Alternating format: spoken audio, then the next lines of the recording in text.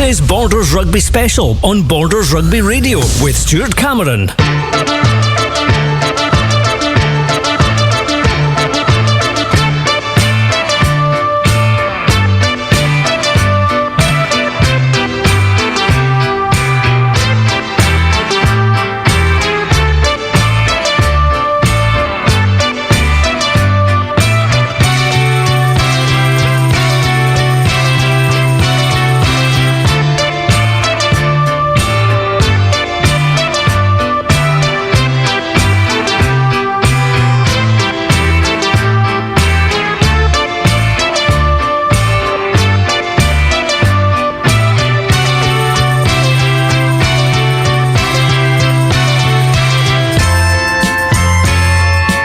Hello, welcome to Netherdale for this week's Borders Rugby Special on Boxing Day, brought to you by Sykes. I'm Stuart Cameron, and it's the Waverley Cup match between Gala and Melrose, and always a big attraction, of course, and after the last two games being cancelled due to COVID-19, it's good to be back, especially with the weather being touch and go earlier in the week. But we do have a game this afternoon. We've had some sleet and snow earlier, but we're good to go for this afternoon. For the next 3 hours, we're going to be building up to the big match and also talking to a few people, including Stuart Walker from Gala YM and also Iain Heard. But let's start off with a chat with members of both Gala and Melrose. You'll hear from the Maroons, Euan Dods, shortly. But first I'm going to bring in Bert Grigg, the Melrose boss, who's never experienced a Waverley Cup. Isn't that right? Yeah, that's right. So into my second season coaching with Melrose, and like you said, both of the previous encounters been cancelled due to COVID. So yeah, looking forward to seeing how the boys go. It's a bit of a different atmosphere to a normal league game, dare I say, so far in the changing room, but it's good to see. Now, of course, you mentioned that this is your first experience, but obviously there's a lot of coverage of previous ones that you've no doubt had a look at. No, I have. Definitely. It's good to see. It's a special day, always a big crowd and stuff, so expecting the same today. So, it's been an interesting season for you, hasn't it? Yeah. It started very badly at Stirling County, but since then it's been pretty good. Yeah, no, definitely. I mean, I think I said the last time, notoriously slow starters after being on tour, Melrose, in Canada, and yeah, boys since then have really turned a corner since that Stirling County game and the Ayr loss. Grinding out some pretty impressive wins and putting in some good performances as well. Now, we haven't had any rugby for 3 weeks, so at last we finally got there. What's the approach been from all the squad? Yeah, so look, we've trained pretty consistently. We're even over at an indoor riding arena one night just to make sure we got a bit of running and some skills in, which was a bit of an experience. But horses involved? Yeah, no, they were taken out, funnily enough. But it was good for the boys to keep the running in the legs, and then we've got full weeks of training last week, so we're just treating this like a Saturday game, really. And of course it's great because a competitive game before January 7th starts is vital, isn't it? Yeah, exactly. I mean, I keep referencing it like we've got Ayr at home on the 7th. They're sitting third in the table, probably equal points with us now, I think. I think we're sitting ahead with the points difference, but yeah, it's certainly one that we need to be putting in a performance in and keeping that pressure up at the top against Kelso. So how are you approaching this game today? Because traditionally we have a lot of new people involved who haven't played for the first team before on both sides. Yeah. So who have you got that you can tell us about? Yeah, so the spine of the team's still the same. Sort of Struan, Xander Ramage is getting a start at 12, and Donald Crawford. About a couple of youngsters to look out for. Cammy Robertson off the bench, a wee scrum half who's been training and playing really well for the second 15, and young Andrew Kirk, again, just he's still aged to play Wasps, turned 18, young front rower, and just looking to give him some experience, as we all know it's pretty vital that front row players get that experience as soon as possible, and a good opportunity today, hopefully. Now, of course, Jack Doby in the front row has been doing tremendous things since he's come back from, was it Australia? New Zealand.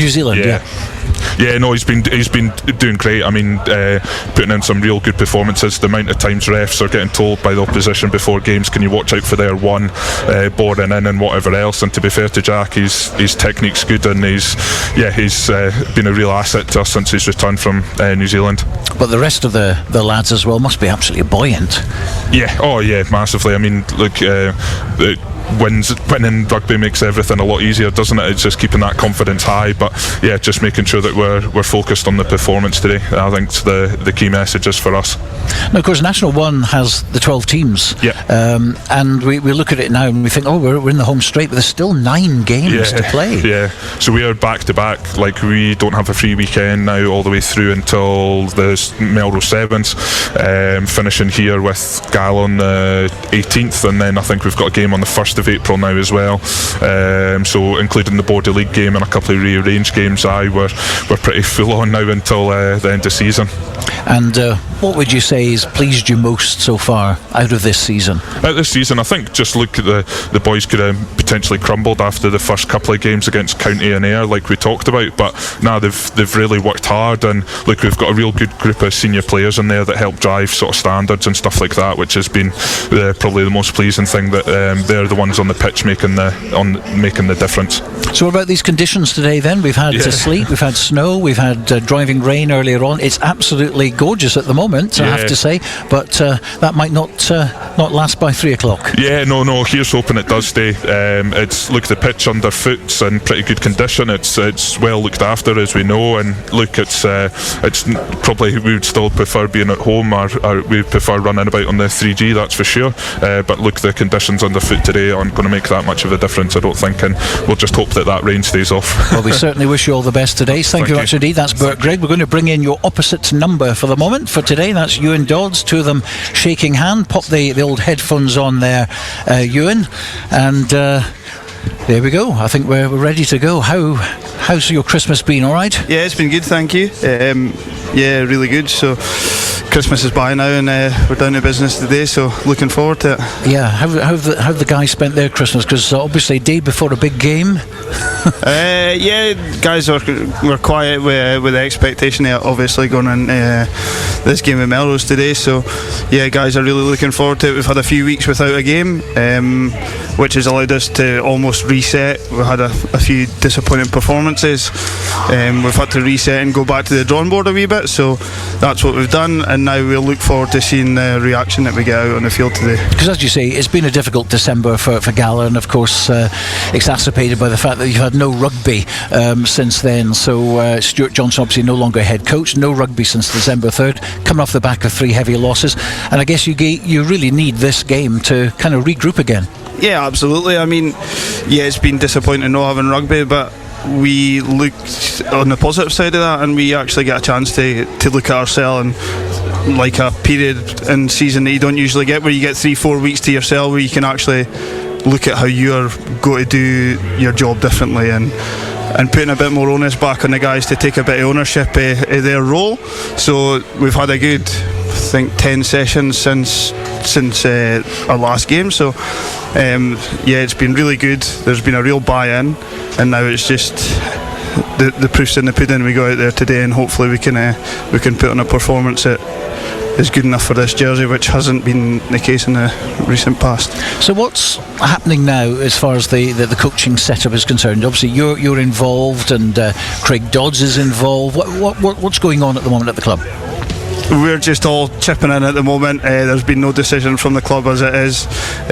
We are just chipping in and doing what we can, and look, the club will make the decision when they make the decision, but we're just all hands on deck, just try to get a bit impetus back in our game, and look, whatever happens. Now, National 1, there's still 9-10 games for some of the clubs to go, so plenty time, plenty points on the table. Yeah, exactly. Like, you look at it, we're sitting 4th in the table, and we're looking at it like it's a disaster. I mean, we have fallen off the cliff massively in terms of how we're playing, and that's down to us. So look, we've got 9-10 games to get back out there. We're not going to win a league now, we're realistic about that, but what we can do is go out and put in some performances against the likes of Melrose, Ayers, Kelsos, and try and put a bit of pride back into where we're going, because that's where we are just now, and we can have a big impact on where the league goes, although we're not going to win it where we sit just now. There are some big games, as you said. I mean, at the top of the table, you've got Melrose, you've got Kelso, you've got Ayr and yourselves, and you're all kind of playing each other over the next few weeks. So, I mean, the table looks like at the moment might not necessarily be what the table looks in 6 weeks' time. Yeah, exactly. And look, all we are going to do is take it a game at a time and go out and put in some performances, and that's our main aim. The guys are looking forward to getting a game, and yeah, whatever happens, but we need to make sure that we go out and put in the best version of ourselves when we go out in the field every Saturday, which is something that we as a collective group, myself included, know that we've not been good enough at. Well, you've been playing in Waverley Cups in the past, because I've seen them, some grainy footage of the past as well. Tell us, really sum up what the Waverley Cup is all about and what it means to both the clubs. Oh, look, it's a great occasion. It's been going for a long time. It's quite difficult to put into words. There's no other game like it. Obviously there's no league points or league position to worry about, but it's still a feisty affair. You still want to win, and there's a trophy up for grabs, so it's a massive occasion. And yeah, we just hope that we've got a lot of young guys in our squad, and they're learning, but they need to understand the importance of this and go out there and put in a good performance, and then we'll see what happens from there. But yeah, we're excited. We look forward to actually getting back on the field, and what better way to do it at home against Melrose. Okay, well, thanks so much indeed for joining us at the back of the stand. Always good to see you, Euan, and you're not playing today, but you'll certainly be having a few words from the touchline, I have no doubt, and we'll no doubt be talking a little bit later on to the coaching staff afterwards. Well, lots to come in the programme. At the moment, we're all obviously looking forward to the Six Nations in 2023, and then at the end of the year, the World Cup in France, and one of the certainties to play his part, if fit, will be Darcy Graham, the young man from Hawick, who's one of the first names on the team sheet for Scotland. But not so long ago, I sat down with him for a chat about his career, and first began by taking us back to his own rugby roots. I was at Stuart Cameron School, and that was the first time I kind of went to football. I once went to football training, and the ball came to me, and I picked it up and started running with it. So that was, I think that was when my mum and dad knew to drop me off at the rugby ground. And it's been such a whirlwind time for you as well, going from club rugby to pro rugby, and everyone talks about, you know, this journey that you have to make, and you have to go through this system and that system. But for you, it's gone incredibly quickly, and more than that, you've adapted so quick. Yeah, kind of 20s was a big step up for me. Under 20s with Scotland, we went away to Manchester and Georgia. They were my 2 World Cups, and that was kind of big. I learnt a lot there. That was my big learning curve there. So to step up from there to Edinburgh was even another big step up, and that's probably the step up I found the hardest. Just Edinburgh wise, they've got a lot of calls, and the detail they go into was that was probably the biggest jump I felt. A lot of talk, obviously, about your height and your weight, and that you're one of the small guys in here, and I know you're probably fed up hearing about it, but it is quite relevant still, because there are some monsters these days, on the wing, in the centre, 6'4", 6'5", and getting on for 18 stone, and fast with it as well. And you're a bit of a nipper, aren't you? Yeah, no, my size has never bothered me. I go out there and I just think I'm better. The person I'm up against, I think that I'm better than them, and I have to kind of back myself to be better than them. So kind of that's the mentality I go out with, and I don't let the size bother me. But sometimes it does. Like, you can't win all the battles, but every battle we battles in the rucks and that tackle wise, I always just try and win them one-on-one battles. But you've had so much kudos and so much credit from the media as well about the way that you're kind of fearless going into tackles and going up for the high balls, etc. I mean, it's kind of like nothing phases you at all.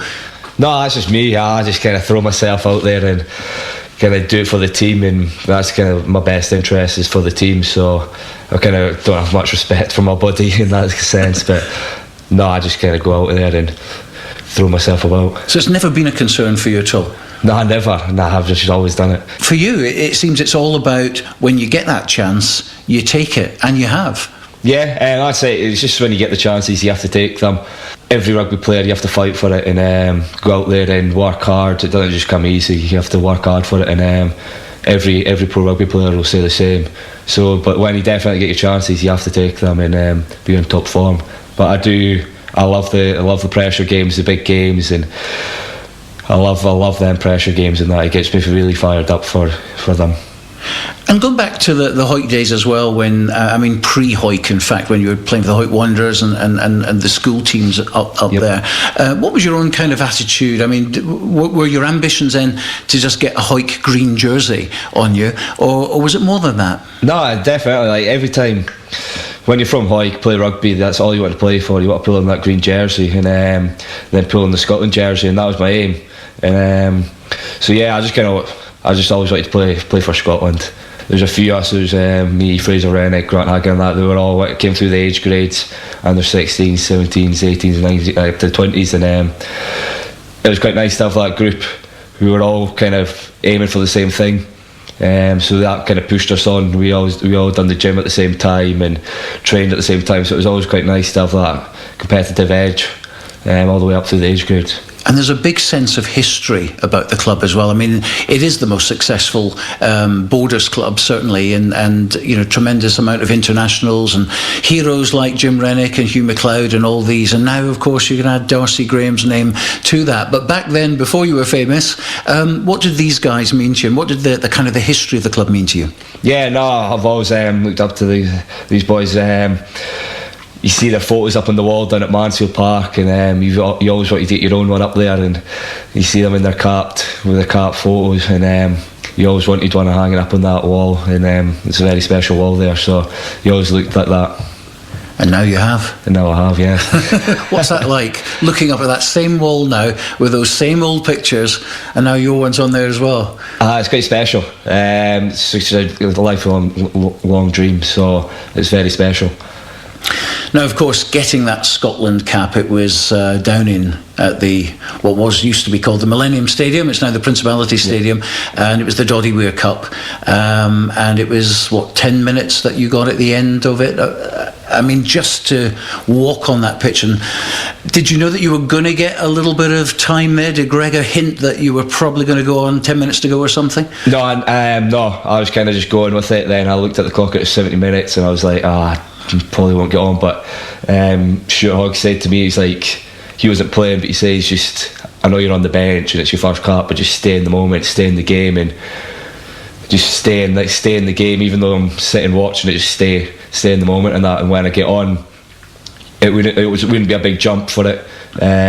You're already there, and you'd beat that excitement, and that would be there. So I took his advice then. I got told I was going on, and I couldn't get my zipper down. I had a warm-up top on. I couldn't get it off. Then I had my trousers tied as well, and I couldn't get them off. So I was like, I was trying to get them off, and but then I ran on, and Tommy Seymour was like, good luck, and wished me well. So then, it was quite nice.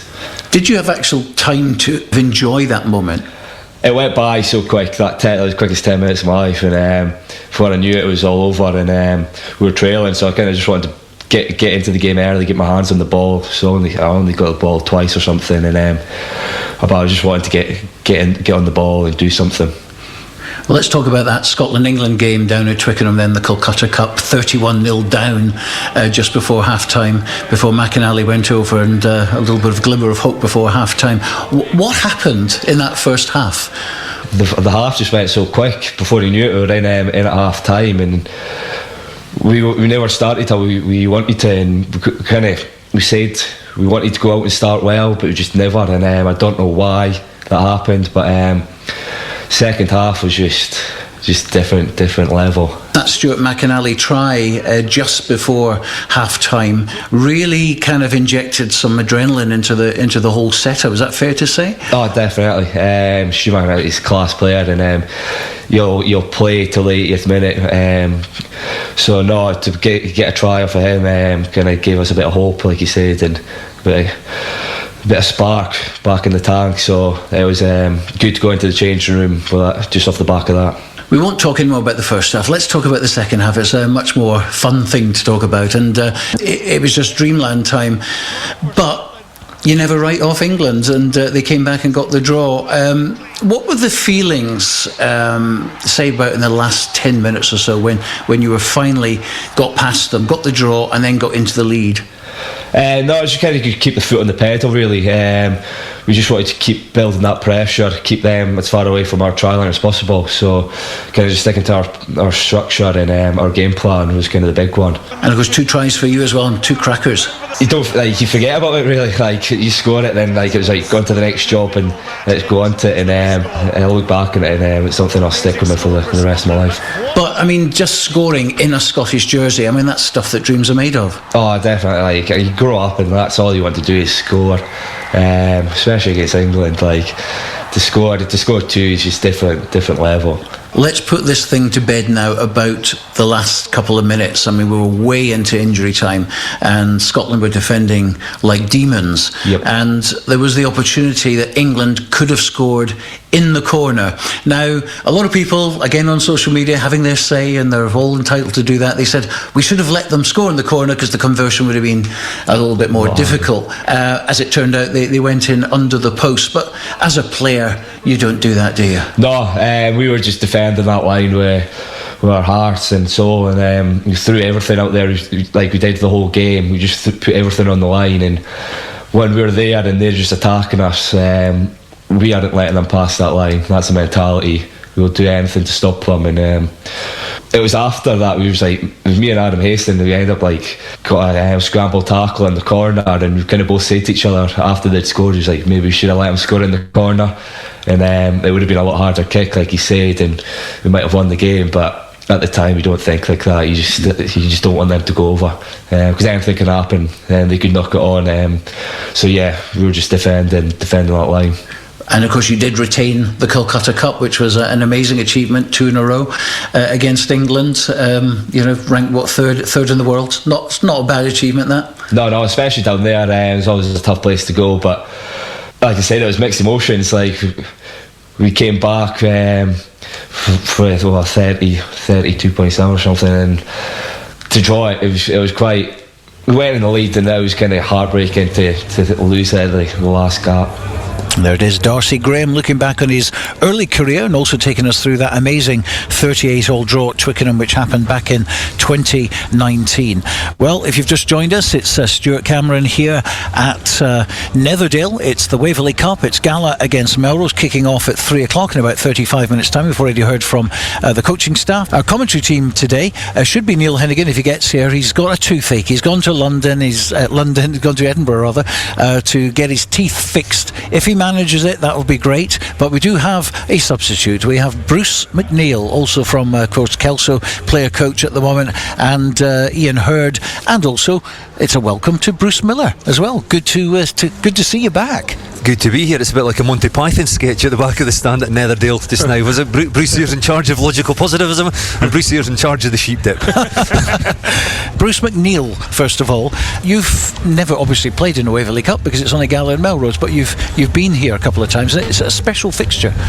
Yeah, I've been in a few games, to be fair, Stuart, and I've played in a few Boxing Day games. We generally at height we played Jade, and similar to this, you can see by the teams that both teams have out here is that they're really buying into it. 2 very strong teams here, and hopefully the weather stays fair and we get a cracking game. Both teams, of course, are rivals in National 1. Putting your Kelso hat on, more than a passing interest, seeing what we have out here today.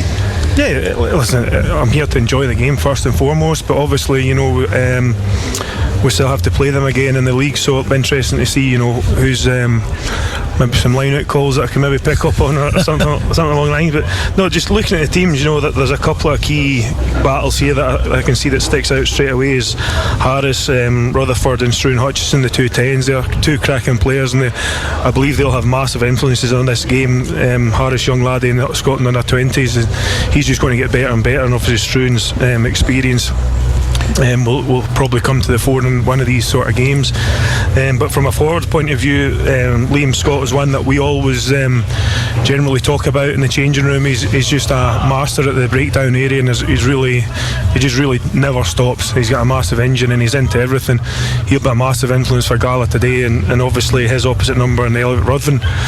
So there's another couple of battles. So listen, I'm just going to sit back and enjoy this game, and hopefully there's a bit of rugby played, and fingers crossed for no injuries. injuries. And you made a bit of history, didn't you, down here earlier in the season when Kelso finally got that monkey off the back and actually won down here at Netherdale, and a great individual battle between you and Tamasitas, quite some player.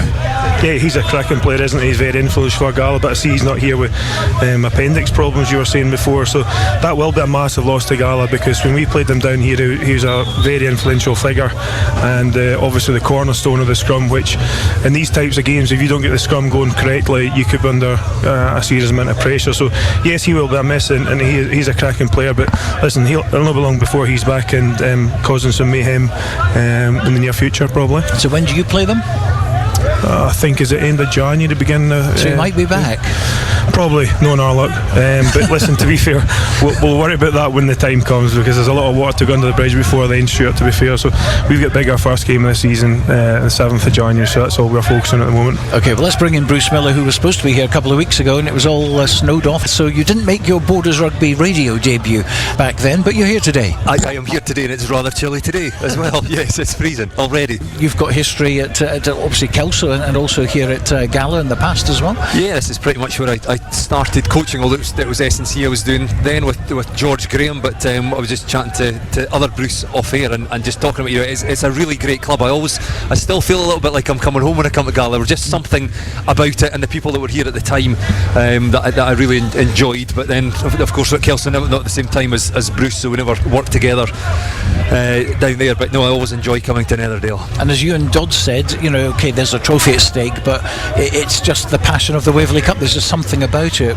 and it goes back a few years now to I think they've played 13 or 14 times, but 3 cancelled, 1 draw. It's currently 7-5 to Melrose, but it's that bragging rights, isn't it? Well, it's the bragging rights, and it's obvious that people want to play in this. The game's finished now, but both teams turned out a second team today. I think Melrose have got a squad of about 25, and Gala maybe one short of that, so players want to be involved in it, and as you said, it's always to an extent form kind of goes out the window, partly just because of the game, and partly because the sides are normally a little bit experimental, but as both coaches touched on and Bruce there, they've both kept the spine of a team. Neither of them want to risk losing, and so they've brought in 1 or 2 youngsters and just to probably have a look, but they very much want to win this game. And I suppose the other thing on that is we've lost 2 games now because of the weather, and so whereas people might have enjoyed having a couple of weeks off before getting back into league action, now suddenly we're going to be looking at a 4-week gap without games, so actually it's a chance to keep guys, frontline players, fit before getting back into the league, whereas otherwise they might have been rested. And that's really important, isn't it, as we mentioned to Euan? I mean, to get a game today before January 7th starts is absolutely vital.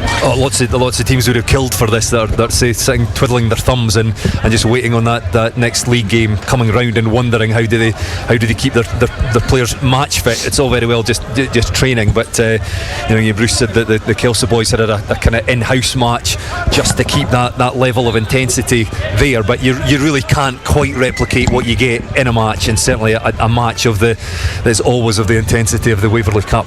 So what are you up to at the moment? You've still got your gym at Duns, haven't you, I think, and you're obviously doing some commentary for the television for Super 6 matches as well, which we'll be talking a little bit about later. And I think you're involved with Watsonians ladies as well, aren't you? I am indeed, busy. Yeah. It's I'm coaching up with Watsonians women's team, which is really enjoying. Different to coaching the men, but fantastic group of girls, and we're having a pretty good season so far, fairly transitional, but they're going really well. Yes, still got the gym, and I'm not sure what I would call what I do with Super 6 commentary, but I sort of speak about it on the telly for Scottish rugby. But again, really enjoyed watching that as well. I'm not sure that everybody would agree in the club game, but I think it is a step up. It's not quite caught the imagination in terms of the crowds, but in terms of the quality, it's a step up from the club game, and and very enjoyable to be involved with.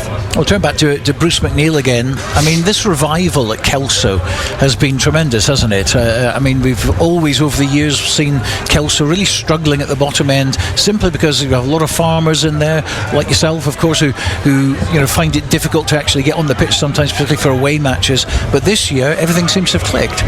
Yeah, you see things click this year, Stuart, but there's a lot of groundworks put in, just pre kind of the first lockdown sort of thing, and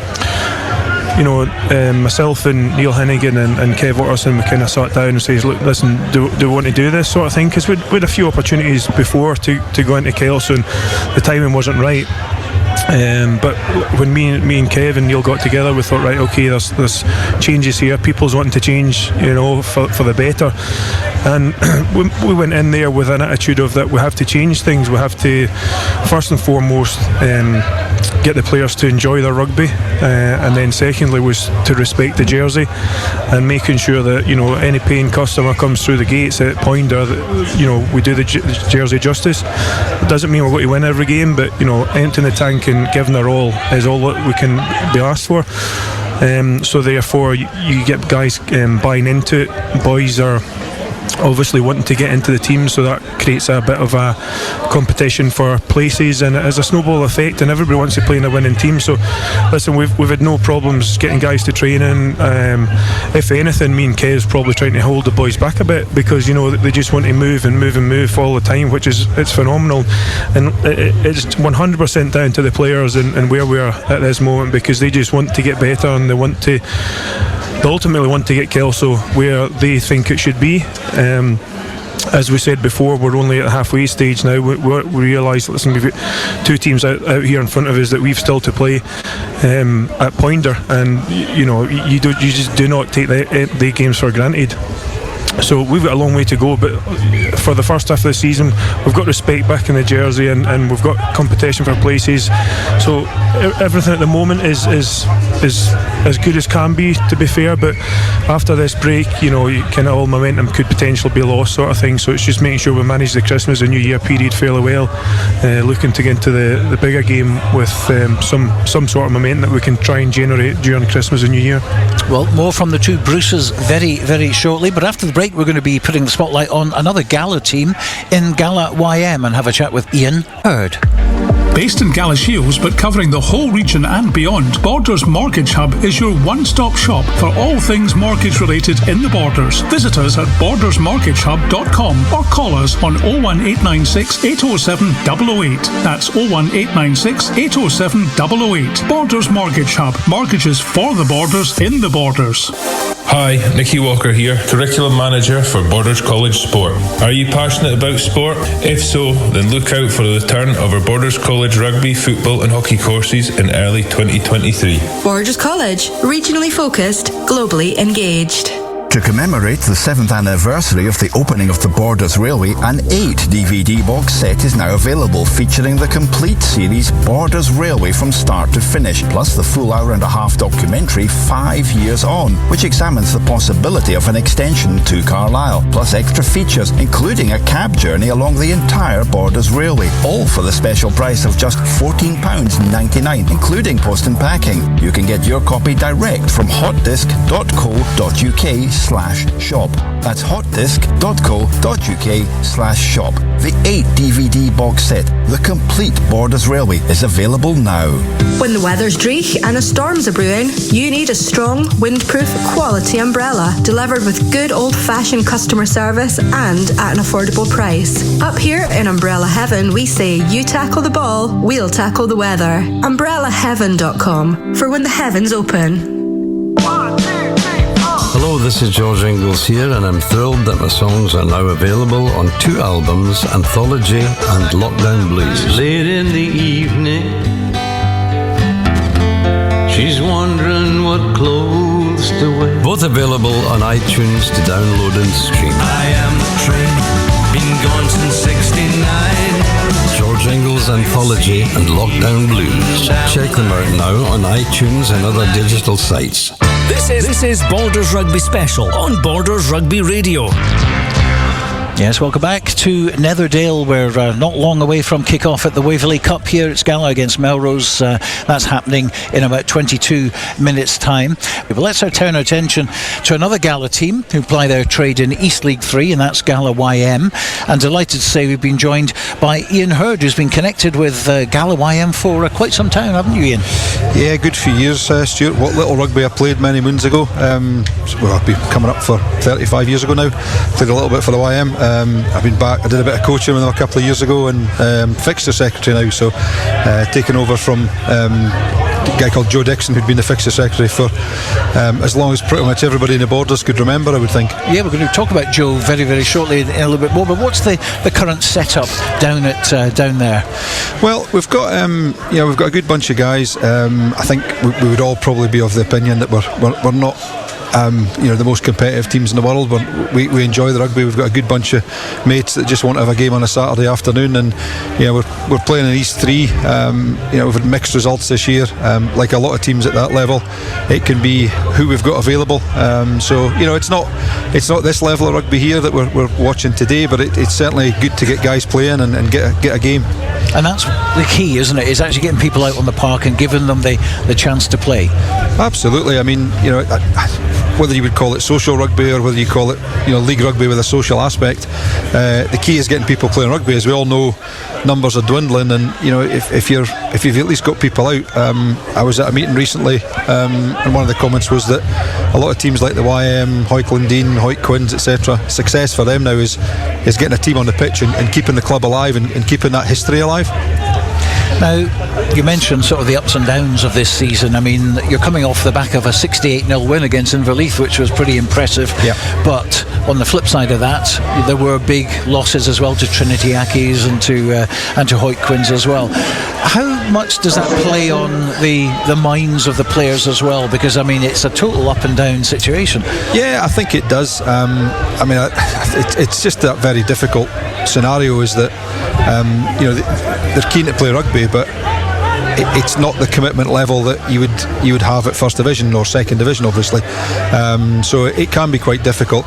And that league, there's if you look, for instance, the Quins. I mean, they've got a lot of really old heads in their team that can perform really well at that level. They've got the skills. They don't really need to be quite as fit or quite as heavy into the contact. And then if you go up to Trinity, it's always a really tough place to play. And also, I think we were short of players that week. We were struggling for players, and then I think there are a couple of injuries. So 50-60 point games can turn on. Obviously it's a big win, but you're talking maybe going down to 12-13 players, which makes a huge difference at that level.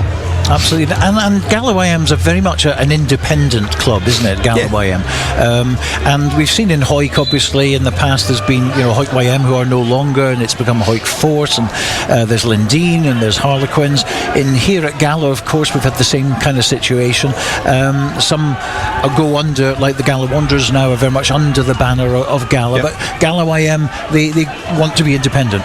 Yeah, I mean, I think we've always been independent. There was also Gala Star years ago. As player numbers dwindle, joke about what little I played back in the day, there's 4 or 5 teams every week coming out for the Gala YM and the Star. So as numbers dwindle, it becomes more difficult. We've got that identity, we've kept that. I'm very much on the periphery of things, just as fixture secretary, but there is the desire to keep as an independent club as much as we possibly can, and we have the club rooms, so we've got that as well. Now, we mentioned Joe Dixon earlier on, who's been associated with YM for a long, long time. You're about to rename the upstairs lounge the Joe Dixon Lounge very soon. Tell us a bit more about Joe.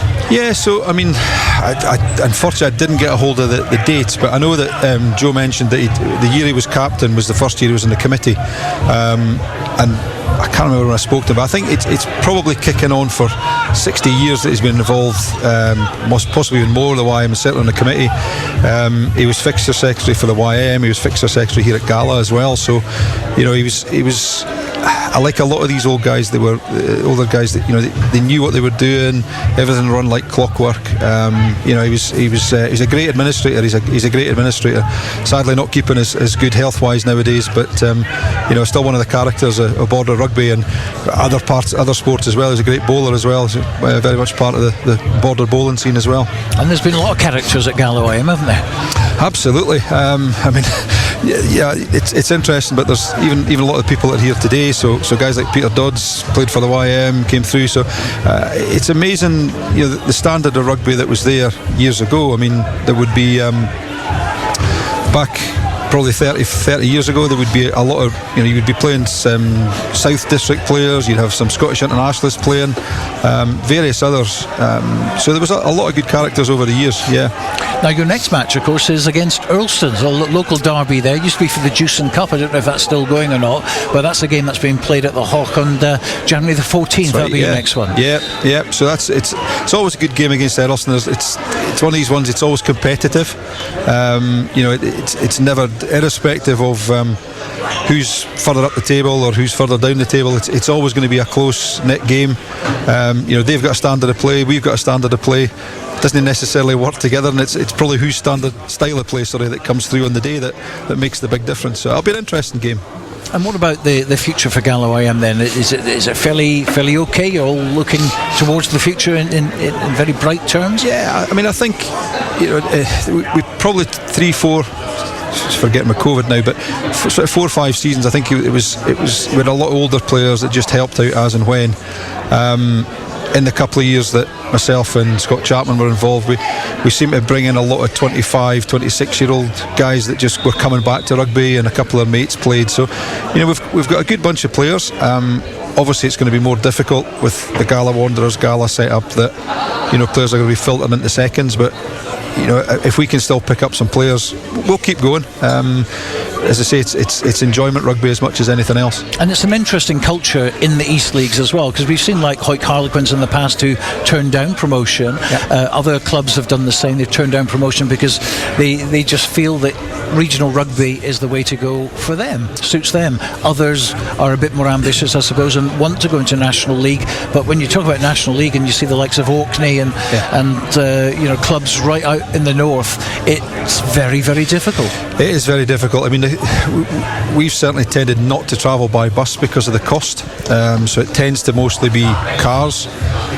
So again, all these sorts of things create a problem. I think the other thing is the standard as well. I mean, for the last 3 seasons up to this season, Dalkeith have been probably the strongest team in the league by a good way, but they didn't get promotion because of various reasons and COVID and so on and so forth. And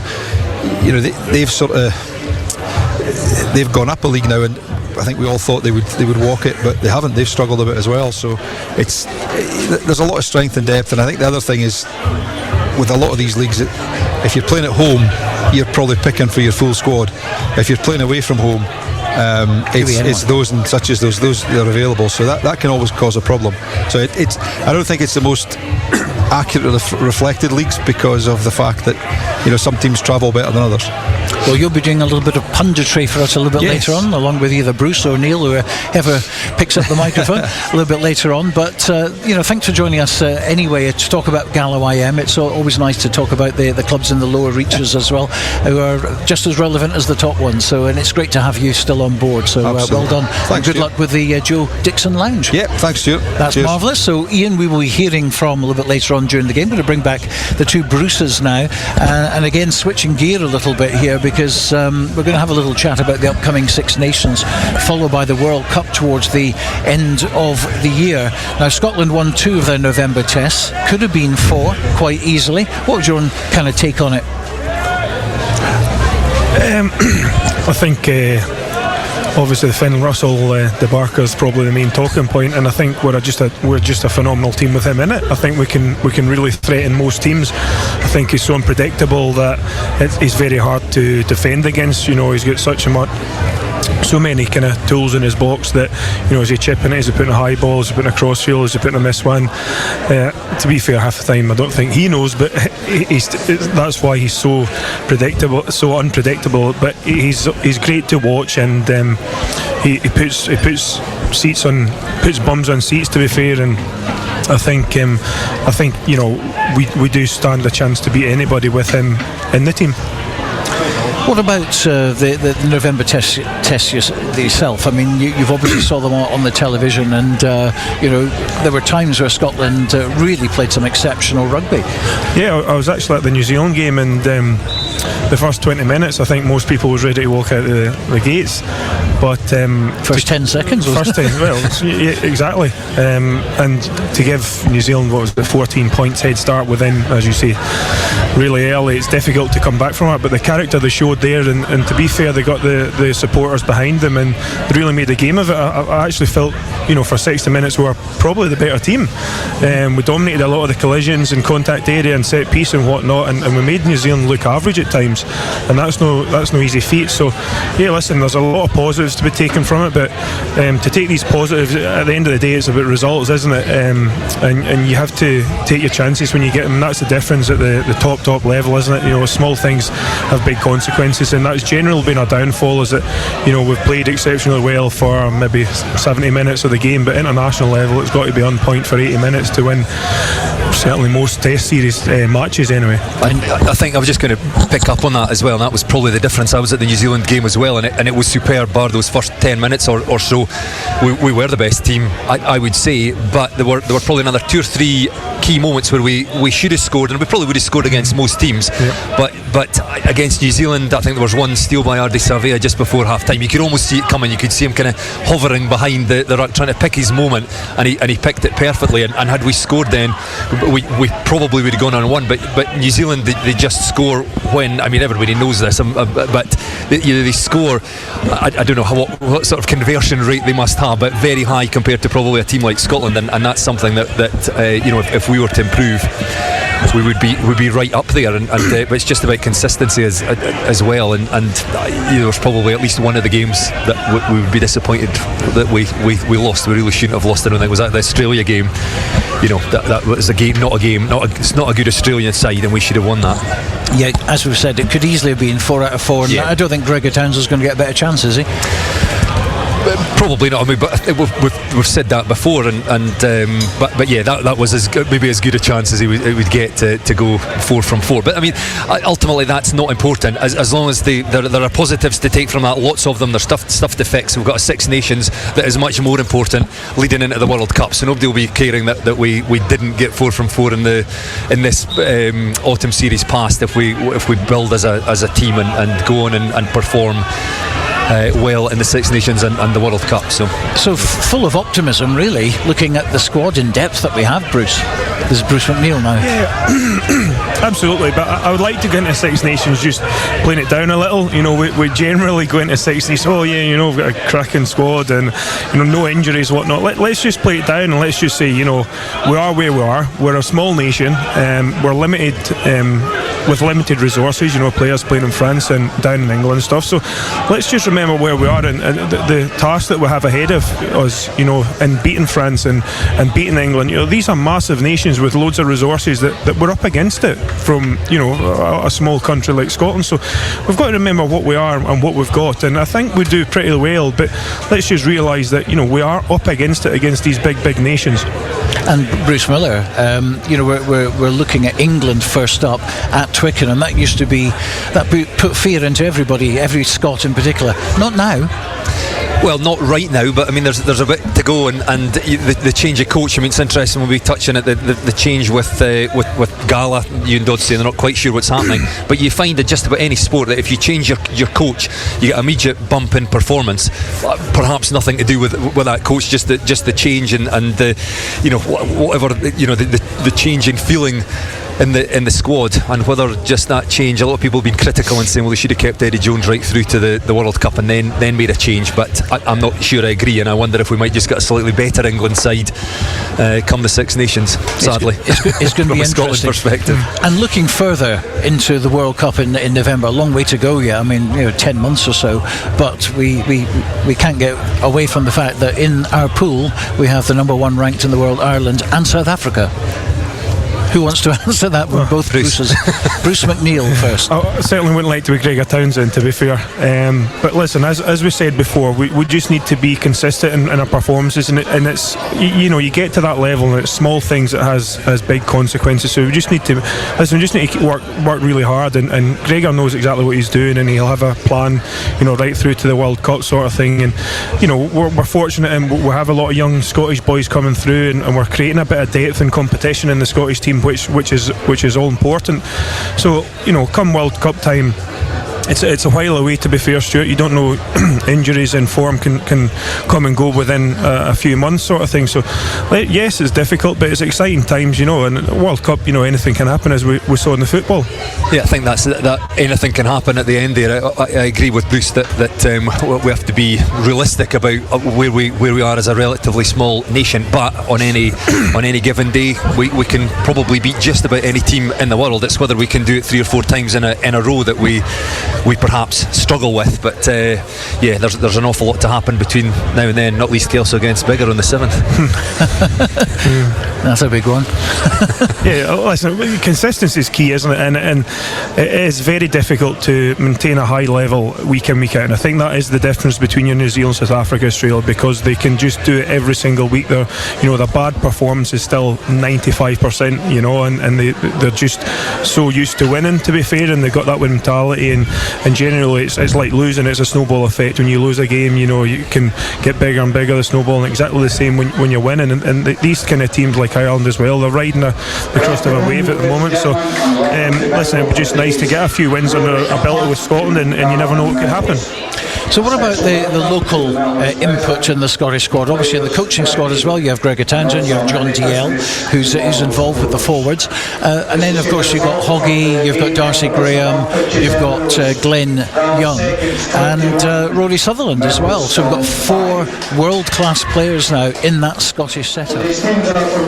Yeah, we're always very good at bigging up our Borders players. I think we're very parochial, and we're rightly proud of the fact that we have such a representation in that national squad, and you say really key players in that. And you mentioned Rory Sutherland there, going back to my time coaching here. I remember him coming here, and I think working with George Graham probably did him no harm whatsoever, and George always said he will go on and he'll play for Scotland, and not only that, he's gone a step further and played for the British Lions. But there's often talk about the demise of Borders rugby, and maybe it's not what it was 20, 30, 40 years ago, but I tell you what, we're still producing some really good players. And that's the interesting thing, because you look at the Premiership at the moment, we have 3 teams in there. That could well be 40% next year, and it could well be 50% the year after that, because Gala, Kelso and Melrose, they could take on a Premiership team anytime. We're clearly doing something right. I mean, as if you just look a bit beyond the surface, and we're maybe not turning out the second teams that we need to be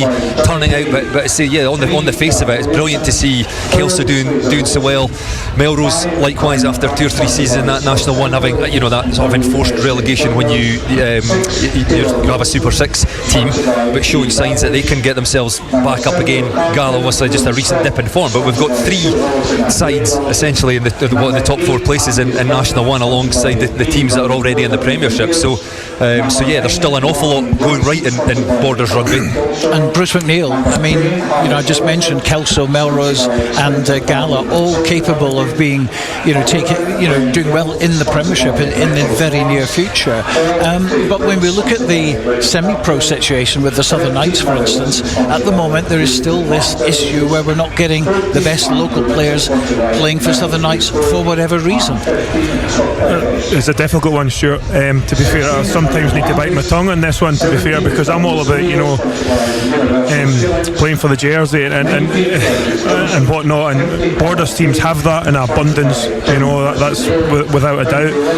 You look at the Super Section, you just sometimes see that lacking ever so slightly. You can see that by sometimes the support that they get. But listen, I think it needs to be looked at, but it's way above my station to go into that. And listen, we'll concentrate in the club game, which is, going phenomenally well in Premiership and National 1. From a Borders point of view, the Borders are thriving at this moment in time. And listen, the Super 6, they'll take care of themselves. The Super 6, they're working away, and I'm sure they've got a bigger plan ahead, sort of thing, to make sure that they progress that. And yes, 100% it is the level up. There's absolutely no doubt about it. And some of the games are absolutely cracking. It's just how do we get bums on seats to go and watch that? The Borders have that point of difference in that there's, they know everybody. The club teams generally come from the town that they're playing for, and they want to see, their nephew or their friend playing, and that's generally what's puts bums on seats. Slightly different come the Super Section. There's some imported players, and they just need to really say what they're looking for, whether they're looking for the Super 6 to produce young players, or just a higher level, a stepping stone to professional rugby. It's kind of cloudy area, isn't it, to be fair? And at this moment in time, listen, it's no secret that clubs at this moment from Super 6 are coming to Kelsos, Galas, Melroses, and speaking to players about next season. Now, I'm absolutely against that, because every team pretty much in the Borders have their own agenda, and to come and speak to players regardless of the bigger picture that's sort of nice, they're upsetting clubs, and I know that for a fact. So some things have to kind of be talked about and discussed to sort this out. I'm sure that will be something we'll be talking about in many months and weeks to come, but that's it for now. We're just about a minute and a half away from the start of the Waverley Cup between Melrose and Gala. Neil Hinnigan has arrived. He'll be joined by Iain Heard, but first of all, here's your commentator, Bruce Millar. Good afternoon, everyone. Great to be here, apart from perhaps the weather. It's very chilly, although Neil Hinnigan has just arrived in a pair of shorts, so it can't be quite as cold as I certainly feel, but I think this game might well keep us warm. It's always fiery, and it's great to have it back in the Borders rugby calendar after a 3-year hiatus. And of course the Boxing Day battle between these two sides dates back much further, but first played for the Waverley Cup in 2006. First time it's been fought over since 2019. Gala, the current holders, courtesy of a 26-14 win at the Green Yards back in 2019, but historically Melrose have the edge with 7 wins to Gala's 5, just the one draw between the two teams. And it will be Melrose to kick us off, playing from left to right as we watch from the back of the stand here at Netherdale, just as the sleet comes back on. The two sides have warmed up in fairly nice weather, albeit cold.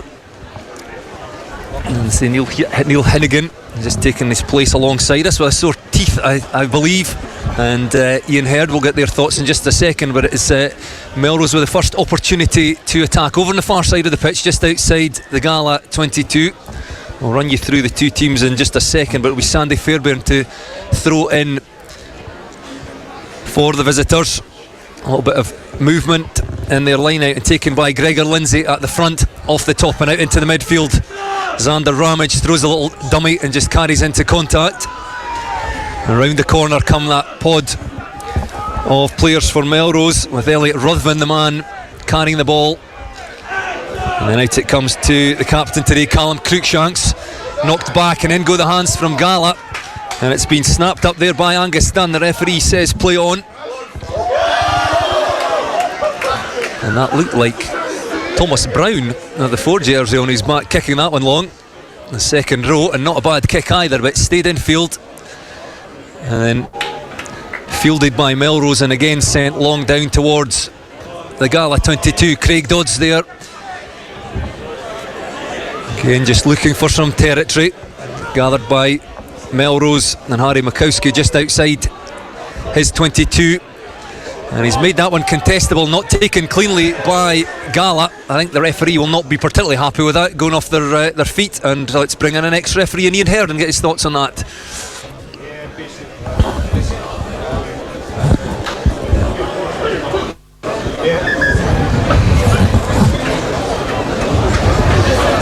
So yeah, basically the Gala players just gone down the ball, and the Melrose players just dived on the top of them. Yeah, so just to say, the Gala player's gone down the ball, Melrose player's diving the top of him. Just prior to that, just be very careful. We're looking at the situation there with the kick ahead at Melrose number 8 just standing there making no attempt to move as well. So these are the things that cut down space, which the referees are trying to make sure they're giving space to players. Well, let's bring in Neil Hinnigan as well. And the first question I want to ask is, why on earth are you wearing a pair of shorts? And you've had some emergency surgery done in your teeth, have you? But you're well enough to talk to us this afternoon. Yeah, a lot of people would have been hoping that was going to silence me, Stuart. Bruce. But yeah, I had the chinos on this morning. I've had them on the last couple of days. It's been cold, and then I thought, the heater's on in the car. I'm not making this rugby today, so the shorts are back on. But luckily, I've got Stuart's lovely Borders rugby top on to keep me warm. So I take your point on the shorts. It's a valid point, but I'm here now and I'm just going to have to suck it up. So yeah, pleased to be here anyways, and a little bit less pain than I was the last couple of days.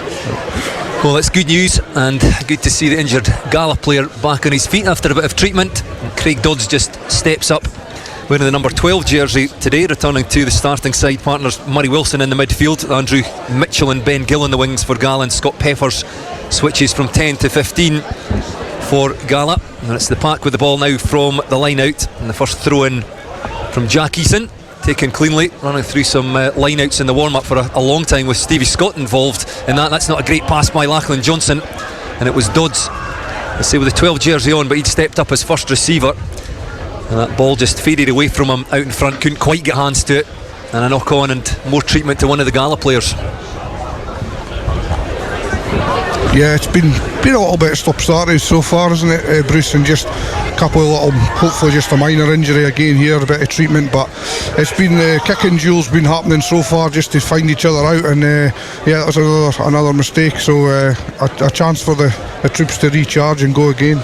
I'll take the chance to just quickly run you through the rest of the Gala side. That was the back line in the front row for them today: Kyle Scott, Jack Eason and Jack Williamson. The second row, Fraser Wilson and Glenn McCrummon. In the back row, Taylor Wilson, Angus Dunn alongside captain Liam Scott to return the back row today. And for Melrose, well, their front row, Jack Dobie, Sandy Fairbairn and captain Callum Cruikshanks. We've got Thomas Brown and Gregor Lindsay in the second row, and Will Ferry, Elliot Ruthven and Ben McLean in the back row. Half-back pairing of Euan Lindsay and Struan Hutchison switches from 12 to 10 today. The centres, Xander Ramage is alongside Donald Crawford. They've got former Duns player Archie Pilcher on one wing with Robin Sharp on the other, and Harry Mikowski moves from the wing to fullback for Melrose. And the second bit of treatment to one of the Gala players, I think it's maybe Lachlan Johnson, is it, the scrum half, who threw a horrible pass to Craig Dodds just a moment or two ago, but it seems to be back on his feet.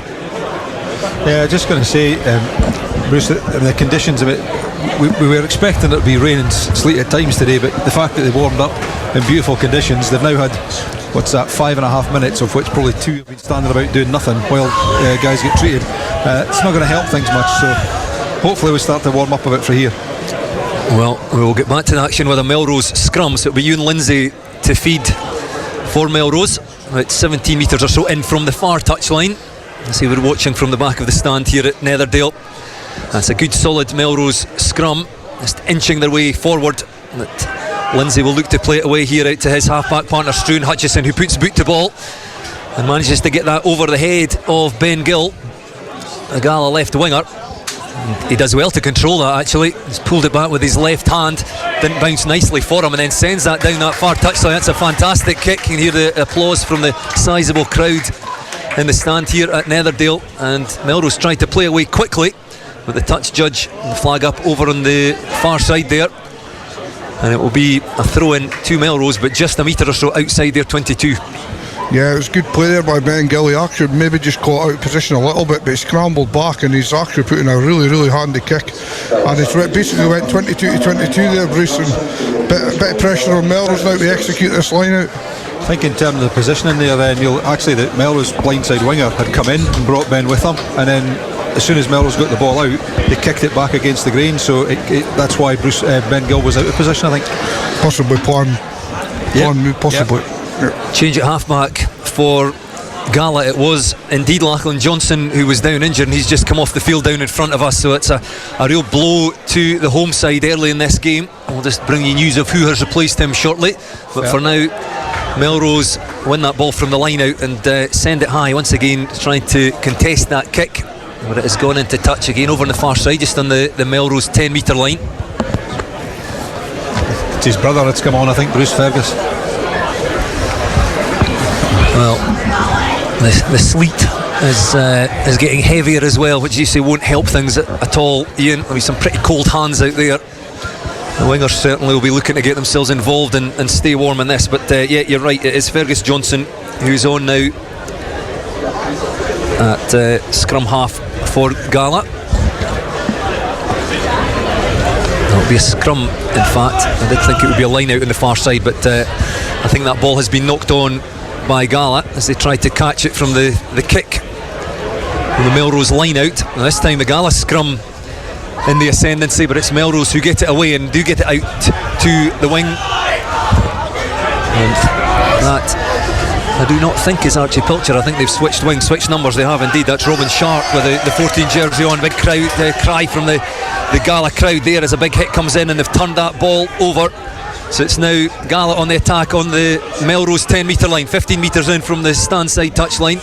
And away it goes from Fergus Johnson out to Craig Dods. He's wearing the 12 jerseys, popping up at first receiver, and that ball kicked across field, knocked on surely by the Melrose player. And in the early stages of this one, Craig Dods instrumental in everything good that Gala are doing.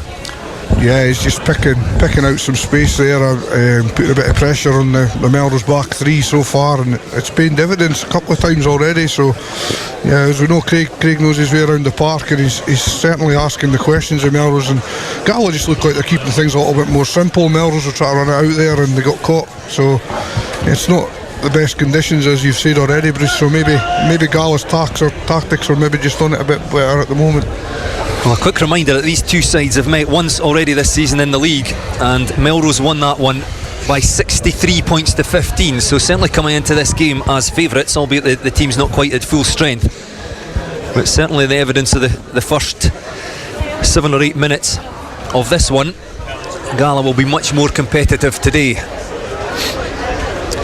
Another delay on the far side of the pitch, and the players will not be enjoying all these pauses. I'd rather just get on. I can already see Andrew Mitchell is down in front of us. He's got the long white sleeves on under his jersey. He needs them, just flapping his arms about, trying to keep warm. But eventually we get the scrum down. We've had 2 already. Early engagement there though by Gala, so the referee awards the free kick to Melrose, and it'll be a chance for them to clear their lines from just outside their 22. But we've seen 2 scrums so far. The first one, Melrose looked slightly dominant, and the second one, it was really Gala that got the hit on, and there they say the referee judging that they'd engaged too early. Although Melrose, because it's the free kick, have decided not to kick that one out, so just send that long, gathered by Gala outside their 22. There's certainly been plenty kicking so far, testing how well the fullbacks can feel their fingers, but that one is sent again long. The 2 Gala players back there, a bit of a muddle up there, comedy of errors, and Craig Dods involved. Fergus Johnson just on the field for his brother though, gets hands on that and kicks it just over halfway, picked up by Melrose. They play just 15 metres or so in from the far touchline again. The Gala players appealing there, but the referee just explaining that they had gone off their feet over the top of the breakdown. It'll be a penalty this time to Melrose. Yeah, just a tad rustiness maybe there in the Gala play, just a bit of miscommunication, and it's run them into a little bit of bother with the charge down from the clearance. And yeah, that's Melrose right up at the corner now, and a fair bit of defending here for Gala. A little bit disappointing there for the Gala players. I felt there was 2 of them there, had the chance to win the ball, but they've obviously gone off their feet. You know, be a bit stronger in there and try and stay on the feet to make sure that you're there, paint the picture for the ref so that he can give you the benefit of the doubt. Referee Gordon Galashiels today, assisted by Darren Fisher and Grant Denham. His flag is up over on the far side from that Melrose penalty, and they found a good touch about 5 or 6 metres out from the Gala line. So first real opportunity for the visitors, still 0-0. 12 minutes on the clock here at Netherdale. It looks like Melrose playing into the conditions, just looking at what way the sleet is blowing. Glad to be up at the back of the stand here, taken in the middle of the line out by Elliot Ruthven. The Gala line out defence initially good, drive Melrose back, so Melrose break away. They've lost a metre or two, still in possession. It's through the forwards, and Thomas Brown, Gregor Lindsay perhaps involved there, 2 second rows. And again, just carrying very close to that try line. Gala defence trying to organise themselves. That's a big hit there, just drive the Melrose player back a metre or so. And Melrose just keeping things tight for now. The backs will be looking for opportunities. There may well be space on the left hand side, but Melrose decide again to come to the right. Hutchison, a little switch of play with Donald Crawford. He's half through, tried to offload that. The ball's been lost and snapped up by Gala. Chance for Gala to break from their own 22. And it's taken into contact there by Murray Wilson. And back it goes to Craig Dods. There's a look up and catches that one. Well, that's a huge kick with the wind behind him, and that will roll all the way into that Melrose 22. It's Archie Pilcher over on that far side. Puts boot to ball. Tari Makowski with him. Again, a difficult kick into the wind and makes decent ground. Just up over halfway, and it'll be a Gala throw-in. But certainly plenty of action in that Gala 22. Yeah, Melrose just didn't keep the composure there. It was a good half break by Donald Crawford and just tried to force it. I think another couple of phases and it's maybe try time, but well played Gala, just stuck in there and managed to mop up that ball, and they've got a line out on the halfway. And it comes taken well in the middle of the line out there, and back to Fergus Johnson. Craig Dodds again standing at first receiver, just cuts back inside towards the traffic, and the forwards being organised there by Harris Rutherford. Around the corner they come again, just on the road side of halfway. That's a good hit there by Sandy Fairburn, the Melrose hooker, but didn't quite put his man down. As Gala come up over halfway, and a nice line there by Scott Peppers at full-back today. Switches from standoff, and the captain Liam Scott just looked for a little tip on, decided to carry it into contact himself. Then the flat pass from Harris Rutherford. Gala just struggling to get much go forward here, just stuck around halfway. So Craig Dodds again decides to put boot to ball, and he finds Scott Peppers, his fullback, down the stand side touchline as he looked to throw the ball infield. Looked dangerous for a moment for Gala, but up goes the assistant referee's flag, and the Melrose defence up to the task there. It'll be a throw in to the visitors just outside their 22. Looks like this kick pass for Craig Dodds is proven very useful so far. I mean, there's not a lot in the way of passing the ball. The wind conditions are difficult. Stick that ball up and it hangs there, and it gives them a good chance to the winger to get on top of it. Yeah, that's that twice he managed that, really accurate. It's like watching Bowden Barrett a little bit here. I'm sure Craig Dodds would be quite happy if I compared him to Bowden Barrett. Not quite so accurate at the line out for Gala, but it has come back on their side. And again, it's Fraser Wilson getting hands on the ball, second row, but the referee coming back. In fact, that was knocked on, I think, through the line out by Melrose. So it'll be a Gala put into the scrum 15 metres in from the stand side touchline. The last scrum went the way of Melrose. Early engagement by Gala. So look to just get this one right, because it's a fantastic attacking opportunity. Yeah, if Gala could just get this just up on the right a little bit, it gives Gala back a real platform to play off. But I think Jack Dobie at loose head will maybe try his best to avoid that happening. We'll see. It's been a really interesting contest so far, the scrum. All the Gala backs away across to the right hand side of the scrum. Andrew Mitchell, the left winger, just hovering in behind Craig Dodds and Harris Rutherford. So my guess is that they'll go out the option of going out the back door a couple of times in a row here from Rutherford behind that'll be Murray Wilson, I think, running the short line there to Dodds, and then perhaps to Mitchell and get out into the wide channel. Of course, Melrose have to leave their winger on this side, Robin Sharp there on this side of the scrum. Player short, if you like, in defence. So in it comes Fergus Johnson, a little bit slow in coming back. Right, it goes to Rutherford, and there's Dodds there. Well, no, just a flat pass, in fact, across to Wilson. That's a good carry by the outside centre. Takes play into the Melrose 22. First real opportunity for the home side now, fighting their way towards that try line. They're only a metre or two short, and back it comes. Craig Dods in there acting as scrum half and then taken into contact by the forwards. Then piles Kyle Scott just to help clear that one out. Fergus Johnson then back to Glenn McCrum, fighting his way, and he's helped over the try line maybe by Taylor Wilson. They're very, very close. Back it comes again. They go down the blind side. They've got players over, and you can tell by the cry from the crowd there that it's the home side that have gone over. First blood in the Waverley Cup to Gala. It's Gala 5, Melrose 0. Yeah, it's a good finish there. I think it's Scott Peffers that gets over the line, and just nice combination with the forwards and backs. And Craig Dods, as you mentioned in commentary, Bruce, acting at 9, getting in there and moving the ball a bit quicker, and they've just actually really taken it to Melrose there for the few phases, and they burst them open. Great try. Yeah, pretty simple stuff. Just a bit of power up there from Murray Wilson to begin with. He broke a couple of tackles, then Glenn McCrum broke a couple of tackles, somebody in behind him, and then they just rearranged very quickly, got quick ball, 2 simple passes, and Scott Peffers goes over in the corner. Yeah, it was a good score.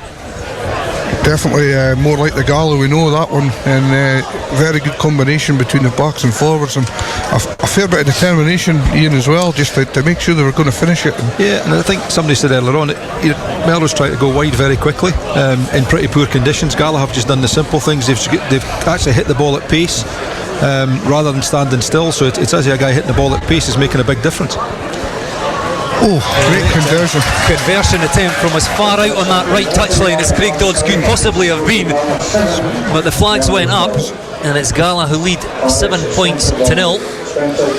And a quick reminder that 63 points to 15 was the winning margin for Melrose when the two sides met in the league. I mean, Gala had a fantastic start to the league season, won their opening 5 games, 7 of their opening 9 games, and then just a real dip in form in in November, essentially, when they lost 3 in a row, 45-19 against that horrendous result against Melrose, then 52-10 by Watsonians, which of course culminated in a change in the coaching team. But on the evidence, let's say the first 19 minutes or so here at Netherdale, this is a very different Gala side. There's been a lot of changes, I think, certainly for the team last year. A lot of big changes, a lot of big players they've lost. Marius in the front row, Euan Dods, guys like that. I mean, the big experience, big players, and there's a lot of young lads. It's great to see the young lads playing. You just got to get a couple of years to sort of bed in and start to improve themselves. Yeah, sorry, we started with a fair bit of intent here. I expected that, you've got to, that is a minimum for Gala Rugby Club, that they were going to come out here today and say, that was a bad result at the Green Yards, but today we can right some wrongs. Regardless of the result, we can right some wrongs. And I would say the first 15 minutes, I would say the scoreline is a fair one, and Gala have certainly stamped their mark that they're not going to be rolled over as easy, it would seem, today. I would have thought from this point. Absolutely. So Gala 7, Melrose 0 at the midway point in the first half. It's a Gala scrum 15 metres in from the far touchline inside the Gala half, midway between their 10 and 22. A good solid scrum, again finds Craig Dods at the head of a little diamond and tried the no-look pass just to drop that off to Murray Wilson there, but perhaps trying to be too clever there, Dods. The ball was knocked on, couldn't be tidied up by Melrose, so the first infringement, that knock on by Dods. And scrum down to Melrose here, centre field, options both sides. Too soon, eh? Yeah, I think what Iain's just said, basically Gala doing all the basics well, and they're doing the right things at the right area of the field, and then all of a sudden they come out and try one through there, and the sensible thing is you're 7-0 up, you get the kick off, you exit well. If Dodsy just does what he does best and he puts his foot through that, it's game on, and Melrose are thinking, oh God, we're never getting out of their own half. So they also had runners outside them as well. It was probably the one pass that he gave that was the wrong pass. Any others would have been okay. Well, it has resulted in a Melrose scrum. I'm just trying to go forward, but it's going to have to be played away. Well, no, the referee says we're going to have it again. I thought he might have just let that one go on, just as Euan Lindsay looked to play that away to the left hand side. So this is centre field on the Gala 10 metre line. So Melrose have 3 forward backs, in fact, away across to their left hand side, and 2 across on this stand side of the pitch. So a difficult one for Gala to defend. They've of course got to have 3 on each side, just in case we get an 8-9 going around this to this right hand side with a scrum. Craig Dods will be ready to scurry away across. Fergus Johnson likewise will look to defend on that right hand side. So from the last scrum, Melrose tried to play left, well, they change their option and go to the right. No, they're away to the left again. Out it goes. Gala defence adjusts and just through the hands there. Injection of pace by Melrose down that far side and recycled quickly. Back it comes once again to Elliot Ruthven. Carried well so far. A little bit slow, but the referee says, I think that was hands in there from Gala. So a penalty to Melrose. And again, I imagine they'll just stick this one in the corner. Weren't able to make anything of it last time. Neil, you thought that if they just managed to go through 2 or 3 phases more, that perhaps would have scored. Well, looks like they'll get another chance. I think it comes down to the line out again. I mean, one of their sort of DNA these days in Melrose is they're usually pretty efficient at the rolling maul, and if they can get that going, they will cause a lot of bother. But last time they didn't quite execute that, and then as they went wide, they didn't actually show a lot of composure. But you know, maybe they've learned. Be interested to see if Gala tried to defend the same way, which was basically they got up on the outside of the maul and drove it towards the touchline. Which is a good way of defending that rolling maul. Well, this one not so close to the corner. It's about 20 metres or so out, taken cleanly by Melrose. And you were right, I think Gala did try and defend the same way, and Melrose have broken away there. In come the hands from Gala, and the support from Melrose far too slow there. The referee Gordon Galashiels rightly says Melrose guilty of holding on, and another wasted opportunity for the visitors. As a referee, and would that have been the perfect picture there for Angus Dunn? Absolutely, because he in no way did he put his hands on the ground first. It was, he looked at the referee to say, look, I'm doing this properly. It was really well done. Yeah, it was make the tackle, get in there, stay on your feet. I mean, you question could he have won the ball, but at the end of the day you're either way. But yeah, that's absolutely ideal. Whereas the previous one, you got the 2 guys going off their feet, which makes the picture easy for the opposite way. From a Melrose point of view though, the support was far too slow. Was there a lack of communication? Did they not realise that the man was breaking away from the completely, Bruce, completely. I mean, I'm very surprised at just how slow they were there at coming off the back of that. I mean, Sandy Fairbairn broke away, but he was on his feet for a little while as well, and still no one was there. So yeah, credit to Gala for getting in there, and great steal by Angus Dunn. I do wonder if he said that he was about to break away. Well, Craig Dods again, a little no-look pass, accurate this time, and out into the midfield, carried into contact by Taylor Wilson, quickly recycled, and down the stand side touchline. Gala attack over halfway. In goes Fergus Johnson out to the forwards there. Taylor Wilson again with hands on ball. He makes very good ground there, takes play up towards that Melrose 10 metre line. Little ball out the back, good hands by Angus Dunn as Gala look to go coast to coast over on that far touchline now, midway between the Melrose 22 and 10 metre line, 22 now, and playing with real intent here, the home side, still leading 7 points to 0. 24 minutes on the clock here at Netherdale. Again, a hint of a dummy there and pass back inside. And Gala take play up to the Melrose 22, going through the phases now. Craig Dodds puts boot to ball there, and if this bounces up for Scott Peppers, can't get into his hands, but he tries to kick that one, managed to keep it in field, and the ball still anybody's. It's Gala have come up with it, and Glenn McCrum 10 metres out from the Melrose try line, a little bit fortuitously perhaps, but it's still the home side in possession. Jack Eason now the hooker, and again Fergus Johnson just looking for the forwards, finds Angus Dunn, number 8. And the Melrose defence quickly trying to make adjustments because they're a bit short on their right hand side, and Gala now a metre or so away. Angus Dunn again drives towards that try line, driven back by his opposite number Ben McLean. Good defence by Melrose. Out it comes again, squirts out, and Scott Peppers already with one score this afternoon dives towards that try line. The Melrose defence once again knock him back, and the referee a loud blast on the whistle, and in fact another blast because he's going to have a word with one of the Melrose players. But that's good Gala attack. Sorry. Go, Neil. Yeah, it was good, very good with Gala, and a little bit of mix up there, you know, with what they were doing. They're obviously going through the phases, but then Craig Dodd sees the space, so they mix it up, and maybe just a little bit unlucky there, Scott Peppers with the kick, not to finish the try off, but then to scramble the ball back was brilliant by Gala, and there was some good scramble defence from Melrose as well, so very dogged, but 1-2 more phases there, and it was definitely a try coming, so unlucky Gala. Good defence Melrose in the end. It's good, actually good to see Gordon refereeing there. He's speaking to Melrose early. You know, when you get to that stage, you can get that penalty. For me, you know, there's an element of cynicism in giving a penalty away at that stage because they're panic mode. They're short of numbers on that side. So speak to them quickly, act the next time. So it's not about the number of penalties. It's when they happen and how they happen. Gala 7, Melrose 0, 26 minutes on the clock, and a great attacking position for Gala, 5 metres out from the Melrose try line on the stand side of the pitch here. And taken cleanly from the throw of Jack Eason in the middle of the line out, and Eason comes round, and that should have been handed to him, but the ball was just dropped. He's done well, the hooker, to pick that one up. And Gala still in possession, not as they intended, but driving again through the forwards towards that Melrose line. They're over the line. The referee is on the spot, awards the try, the second try of the afternoon for Gala, and I think it is Kyle Scott, the loosehead prop, the man that is taking the congratulations of his side to add to the earlier try of Scott Peppers. And Gala now lead by 12 points to 0. Just reaction basically. I mean, ball came out, Jack Eason did a really good job of clearing it up. He stayed on his feet. Then there was just guys bouncing behind him. Made a really good job of simple stuff really again. I feared for them getting held up over the line, the way it was going. You thought if Melrose worked a bit harder they could have done that, but fair play to the loosehead, was it Eason? Kyle Scott, sorry. He worked his way to get himself down, and it was pretty clear really in the end that he was down. You could see the ball was down, so great try by Gala. The intensity that the Gala park, especially at the moment, and the way Craig Dods and Harris Rutherford are pulling the strings is certainly a lot more urgent as the Melrose team at the moment. They just look like they want it that bit more. Absolutely. At the moment it just seems that every time a Gala player gets the ball he's making a yard or half a yard, whereas the Melrose players are getting stopped in their tracks. Yeah, I totally agree with that. Just that bit more urgency. Maybe, I know Gala are hurting for what happened a few weeks ago, and maybe just naturally their mindset's a lot stronger than Melrose, but it's really up to Melrose now to react to that, because a great start by Gala.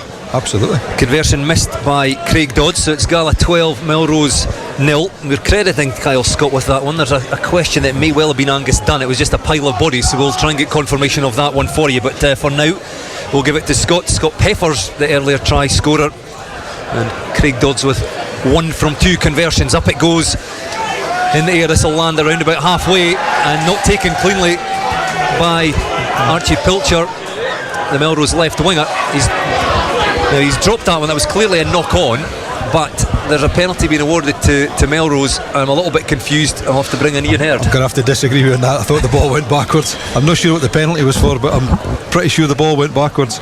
The ball definitely went backwards. I'm not sure if it was by intent or just by luck. I think it was by luck, but it certainly looked to go backwards. Archie Pilcher's an absolute speedster, but days like this maybe isn't his his strengths, and Gala are certainly asking him a lot of questions, and indeed Robin Sharp. So maybe Craig Dodds is he's clever that way. He's asking the questions, and it's difficult for any winger, never mind a guy that's maybe used to ball in hand rather his defensive plays. Well, it's Melrose in the attack again. A similar shape from first phase to Gala, that little diamond with the carrier at the front, and then options just to tip it inside or out or pull it out the back, and the referee playing an advantage as Jack Dobie, the Melrose loosehead, carries into contact, just takes play into the Gala 22. The referee saying the Gala not rolling away. Yeah, Harris Rutherford, he's made the tackle, and he knows he's getting in there, and he's got to get out of there an awful lot quicker. I would agree with that one. Was Gordon's right, Gallison's right on that one. It was definitely a penalty, unfortunately for Gala, but Melrose, I can understand why they're taking the points. I think they've got to just to get themselves settled down and get into this game, because really they've had 2 chances, 2 line-outs in the 22, and both times they've come away with nothing. I think it's very important for them to get something here and see if they can build on it. It takes the sting out of it as well a wee bit. Just Gala were getting ahead of steam up, take the sting out of it a wee bit, kick the goal, get back down the other end, make a good exit, and you're back about halfway again. Well, we have got an amendment to the second Gala try scorer. It was in fact Angus Dunn, the number 8, who had gone over to say it was in our defence, gentlemen, there was a pile of bodies, and we thought it was the prop, but it was in fact the number 8. No matters, Gala will be happy to have 2 tries to their name, 1 Dodds conversion. However, the gap has been narrowed by Struan Hutchison with that penalty from right out in front. So with about 9 minutes left to play in the first half here in the Waverley Cup at Netherdale, it's Gala 12, Melrose 3. Yeah, Gala, as you just say, they've got to take this kick off and put the pressure on Melrose. Let's see if Melrose have changed tack now. Have they learned a lesson, or will they run this? You'd think they would set up an exit, but with the kind of players they've got in their team, they'll always be looking for that bit tempo and things like that, but it's not maybe the right day for it, but they might still prove me wrong as well, so we'll find out. Well, Gala, we've said playing with the conditions, it's not quite as bad as it was. It's still snowing or sleety snow very lightly, but it seems to be falling more straight down now. But I think what wind there is behind Gala, so they want to make the most of the conditions in this first half. And they're in possession with Peppers. Throws a lovely little dummy there. Good footwork, takes play up to halfway. Over on the far side again, a little bit slow for Fergus Johnson on to replace his brother Lachlan at scrum half early in this game. And once again, that Craig Dods, I think, putting boot to ball. For a moment, thought that ball had gone out on the full, but it must have bounced just in the field of play. And another tricky position for Melrose to get out over a line out just outside their 22. I find it quite interesting sometimes when you think about the kickoffs. Melrose are a team that want to run the ball. You want to put a bit of pressure on them, so would you not just try and land it just outside the 22 to put the pressure on them so that they've got to then run it back out again? You stick it in the 22, they've got a free kick straight down the pitch. Well, especially there, they kicked it straight to Stuart Hutchison, who's got the biggest, apart from Dods, the biggest boot on the pitch, and he showed it. So I'd agree with you, it's thinking smart. Well, it's been stolen at the line out by Gala. The ball bobbled about, rather, couldn't be taken cleanly by Melrose. Gala have come up with it, and again charging into contact through the forward centre field. Looks like they'll just come round the corner. It's the hooker this time. Jack Eason takes play into the 22, and then they switch sides. Ball dropped off there by Harris Rutherford, and Fergus Johnson again just marshalling the troops. Gets a little pod of three forwards. Just play on or around that Melrose 22. And then a little break there by Fergus Johnson. That was the line by Jack Eason, and I think the Melrose defence bought that and followed the hooker and just opened up the gap for the Gala scrum half, and that's got Gala to within 8 or 9 metres of the Melrose try line. 12 points to 3 they lead. 7 minutes left in the first half in the Waverley Cup here. Out it comes again to the forwards, and Gala just have to be patient here, go through phases, move that Melrose defence round the corner, come the forwards again, make another metre or so. And Johnson this time will use the backside. It comes to Dods, a little ball there behind Peppers, and out to Andrew Mitchell on the left wing there, dives for the corner. He's somehow been stopped short. Unbelievable defence by Melrose, but Gala need to recycle this one, and the referee says time off, and he's going to have a quick word. This is tight whether he gets it down or not. It'll be up to the AR. Who's the AR this side? Darren Fisher. It'll be up to Darren, because he's got the ball in or around the line. Yeah, whether it's he's close. got it Very down or not, close. I'm sure. I'm not sure. It looked like he grounded it and then it squirted from there, but I that's from up here. That was my view from the monitor anyway. But yeah, I'm just trying to see who had gone over in the corner. It was Peppers again. Well, the referee has awarded the try after a short discussion Peppers with his assistant referee. So Scott Peppers goes over for his second, and he starts third try of the day. And well, we're saying Andrew Mitchell. In fact, we're thinking it's perhaps Andrew Mitchell was stopped short initially. Yeah, definitely. It was Peppers that finished it. I think Mitchell was probably on the ground, and Peppers has picked that one up. I'm not sure how the Melrose defence managed to stop Mitchell in the first. I think he went for the slide. Time he did. It's a one piece of dry ground in the whole pitch, I think.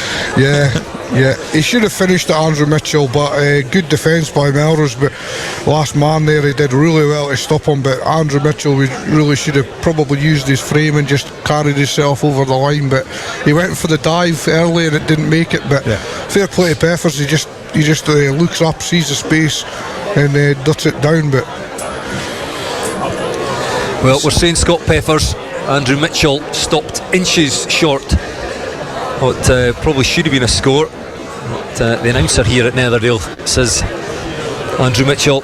My two co-commentators say Scott Peppers, so we'll go with that. And another decent attempt at conversion from Craig Dods, but difficult conditions on this stand side touchline, unable to add the extras. But a healthy looking advantage now to Gala. 17 points to 3 the lead with about 4 minutes left till half time. And this is the time for the good exit. Yeah, get the ball down the other end of the pitch as quickly as he possibly can. Yeah. Well, not taken cleanly by Gala the first time of asking, but snapped up, I think maybe by their captain Liam Scott there over on the far side, just inside the Gala 22. It comes squirting out the back of the breakdown there. Craig Dods initially does well to tidy that up, but as he took play away across to the far side, he's been grabbed by one of the Melrose players and pulled down a little bit behind his support. But Gala still in possession.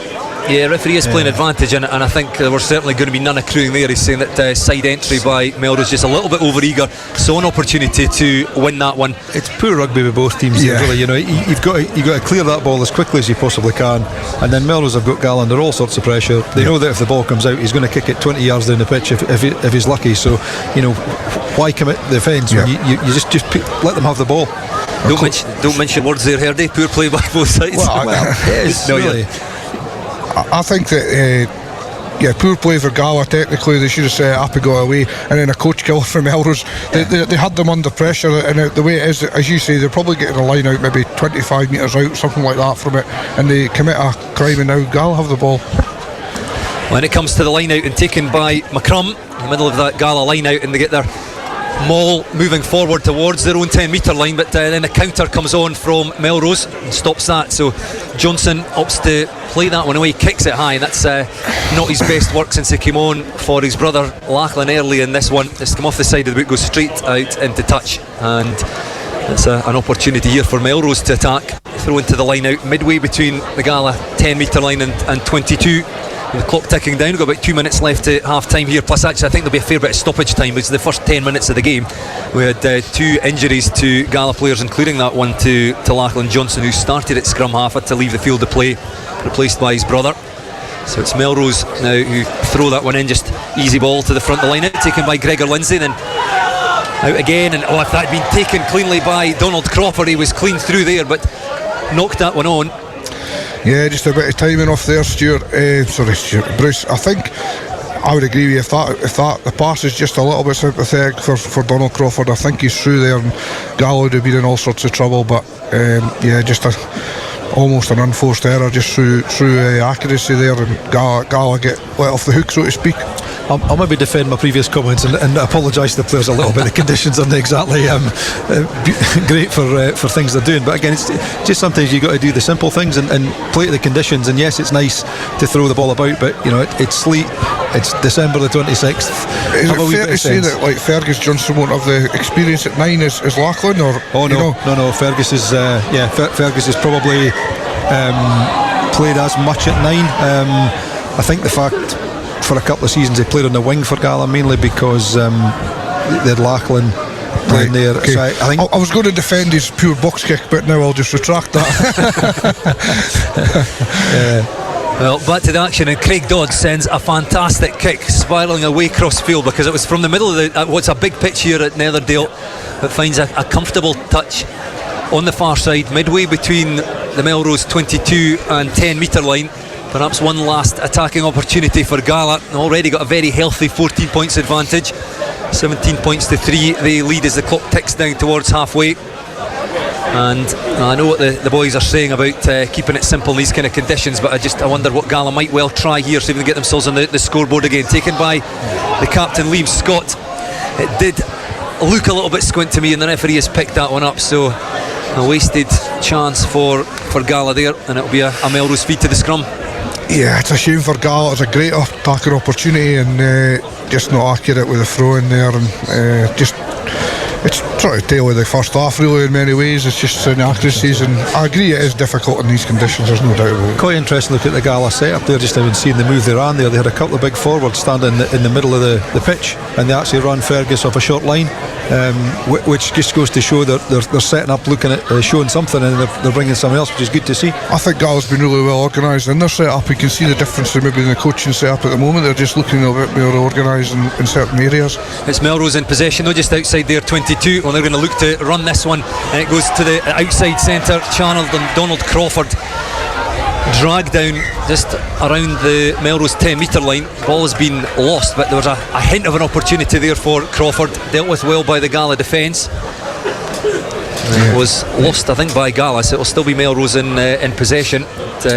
Brave again in these conditions to throw the ball about in the 22. Yeah, talking about Fergus, he's a talented footballer. He's a rugby player as well. He plays 9, he can play in the wing. He's played 10 quite a bit, played 10 for the YM a few times, and I think he's actually involved with GHA now as well, because he's through at university in Glasgow, so he's playing at a good standard of rugby. He was impressive last year on the wing. Scored a number of tries in the season, last year's national one on the wing, so multi-talented guy. Well, he's standing alongside Euan Lindsay, his opposite number now at the scrum, and Melrose have been driven off that ball by an absolutely dominant Gala pack, and the referee Gordon Galashiels awards the penalty to Gala. The scrums have been fairly eeksy-peeksy in the early stages. If anything, Gala looked like they were maybe going to gain a bit of dominance, but nothing like that, and they'll be feeling pretty good about themselves just now. You can see them going around congratulating each other. Kyle Scott there, and this gives Craig Dods, well, I think they've had a word with the referee, so rather than kick to the corner, they're going to go for the post. So I assume this is going to be the last action of the half. It's difficult to see on this side because the infringement was on the other side, so we can't see. But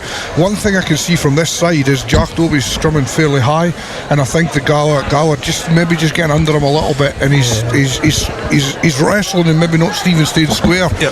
Jack Williams is a strong little guy. He's got a low centre of gravity and he's strong, so he's getting underneath him.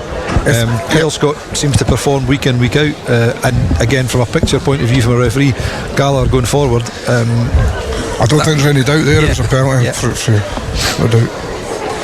So Craig Dods lining up a penalty. He's 50 metres in from the stand side touchline. This will be getting on for 40 metres on the angle there. Catches it nicely, and that comes back off the posts there, and eventually snapped up by, I think, Elliot Ruthven, but knocked on, and so of course picked up by a Melrose player. So there's a penalty awarded to Gala, and this time they're not opting to take the easy kick. They've tapped, and they're going to play this one, and they're now about 6 metres away from the Melrose try line. 17 points to 3 they lead. 43 minutes showing on the clock here. Can Gala get another one? Their fourth try as we approach half time here. The referee on the spot. Again, this Melrose defence defending the further lives here. They will not want to go any further behind. That's a big hit, comes in there by Melrose, dislodges the ball. It bounces back on the Melrose side, and I think they'll look to just turn around and kick this one back, and a little bit scrappy. That could have gone horribly wrong, but the referee does blow for half time. Highly entertaining half of rugby here in the Waverley Cup at Netherdale as the snow comes on once again. The half-time score, Gala 17, Melrose 3. OK, thank you very much indeed. Very exciting half there from the Gala Melrose game, which is the Waverley Cup, and they're sprinting towards the dressing room, and who can possibly blame them? Well, what we're going to do is going to have a look at January the 7th, which will be the next fixtures in the league. That's happening in a couple of weeks' time, but we'll discuss that first half right after the break. Hello, this is George Ingles here, and I'm thrilled that my songs are now available on 2 albums, Anthology and Lockdown Blues. Late in the evening, she's wondering what clothes to wear. Both available on iTunes to download and stream. I am the train, been gone since 69. George Ingles Anthology and Lockdown Blues. Check them out now on iTunes and other digital sites. To commemorate the 7th anniversary of the opening of the Borders Railway, an 8 DVD box set is now available, featuring the complete series Borders Railway from start to finish, plus the full hour-and-a-half documentary 5 years on, which examines the possibility of an extension to Carlisle, plus extra features, including a cab journey along the entire Borders Railway, all for the special price of just £14.99, including post and packing. You can get your copy direct from hotdisc.co.uk/shop. That's hotdisc.co.uk/shop. The 8 DVD box set, the complete Borders Railway, is available now. Hi, Nicky Walker here, Curriculum Manager for Borders College Sport. Are you passionate about sport? If so, then look out for the return of our Borders College rugby, football and hockey courses in early 2023. Borders College, regionally focused, globally engaged. Based in Galashiels but covering the whole region and beyond, Borders Mortgage Hub is your one-stop shop for all things mortgage related in the Borders. Visit us at bordersmortgagehub.com or call us on 01896 807 008. That's 01896 807 008. Borders Mortgage Hub. Mortgages for the Borders in the Borders. When the weather's dreich and a storm's a brewing, you need a strong, windproof, quality umbrella delivered with good old-fashioned customer service and at an affordable price. Up here in Umbrella Heaven, we say you tackle the ball, we'll tackle the weather. UmbrellaHeaven.com. Brave the storm. This is Borders Rugby Special on Borders Rugby Radio. Yes, you just joined us. Where have you been? It's half-time here at the Waverley Cup at Netherdale. Gala 17, Melrose 3 tries for Gala in the first half. They're certainly taking the game to Melrose when you consider the last match the two teams played. 63-15 it ended on a dry 3G pitch at Melrose. Neil Hinnigan, a very different surface today. Yeah, it's a totally different game compared to that day, and I think you can totally see the difference in mindset from Gala. I mean, I've seen some of the highlights of the game. Gala were dropping off tackles galore that day, and today they're all sticking. Gala seem to be up for it, and they seem well organised and well drilled, and apart from probably some of the weather's caused them to make some mistakes as well, which is a given, fair dues, and then a couple of other little silly ones. Apart from that, Gala have been pretty good, and I would say deserve their lead certainly, and you know, to be honest, could have been slightly more. Absolutely, they nearly got that fourth try just before the half-time whistle, but they're certainly playing with pride, aren't they, Iain? Definitely. I mean, I've been really impressed by, as Neil said, the defence has been fantastic. You know, every time there's a tackle we go in for Gala, it's making a difference. You know, they're stopping Melrose at the gain line, and on the flip side is regularly Gala when they're attacking, you know, the guy makes a yard or a couple of yards, which gets them onto the front foot ball and gets things moving, puts them into a good position. And certainly, I mean, these conditions here, not ideal for running rugby, are they, Bruce? They're certainly not ideal for running rugby, and the guys alongside me here have maybe suggested on a couple of occasions that perhaps the sides would have been better advised to keep things tight. Neil Hinnigan sort of thrown his head in the direction of Iain Heard, suggesting that it was him in particular was suggesting that, and maybe so, but on the other hand, it's nice to see them being ambitious and trying to play a bit of rugby, and at times that, you know, it has worked for them.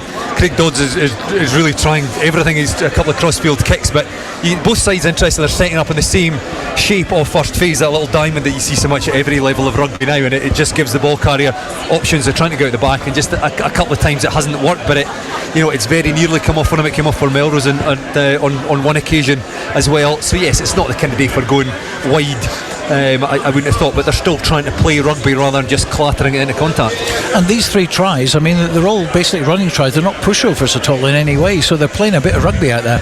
Well, exactly right, yeah. It was the Scott Peppers that went over for that first one, and he's looked good occasionally when the ball's been kicked to him. He's got good footwork through one particular dummy I can think of on his own 10-metre line. He took play up over halfway, so he'll be trying to get the ball into his hands, but yeah, he went over.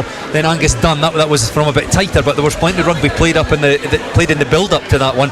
And then the second one for Peppers, we think it was Peppers, when Mitchell should have gone over and he was stopped just inches short. Maybe should have used his frame, because he's a big lad. He probably couldn't feel his feet, to be fair, because he's been standing out in that wing with not an awful lot to do, but maybe sort of fell into contact a little bit. But as the Melrose defence were lining up expecting Gala to go back to their right, because there's only about a metre or two to play with, didn't put anybody on that side, and we think Peppers just dived over, and quick chat between the referee's assistant, and a third try for Gala, and a pretty good first half performance. Well, Neil, certainly hunger there, wasn't there, from the Maroons today? It's not just hunger, Stuart, it's the organisation and the setup. They're so well connected in everything they're doing compared to Melrose at the moment.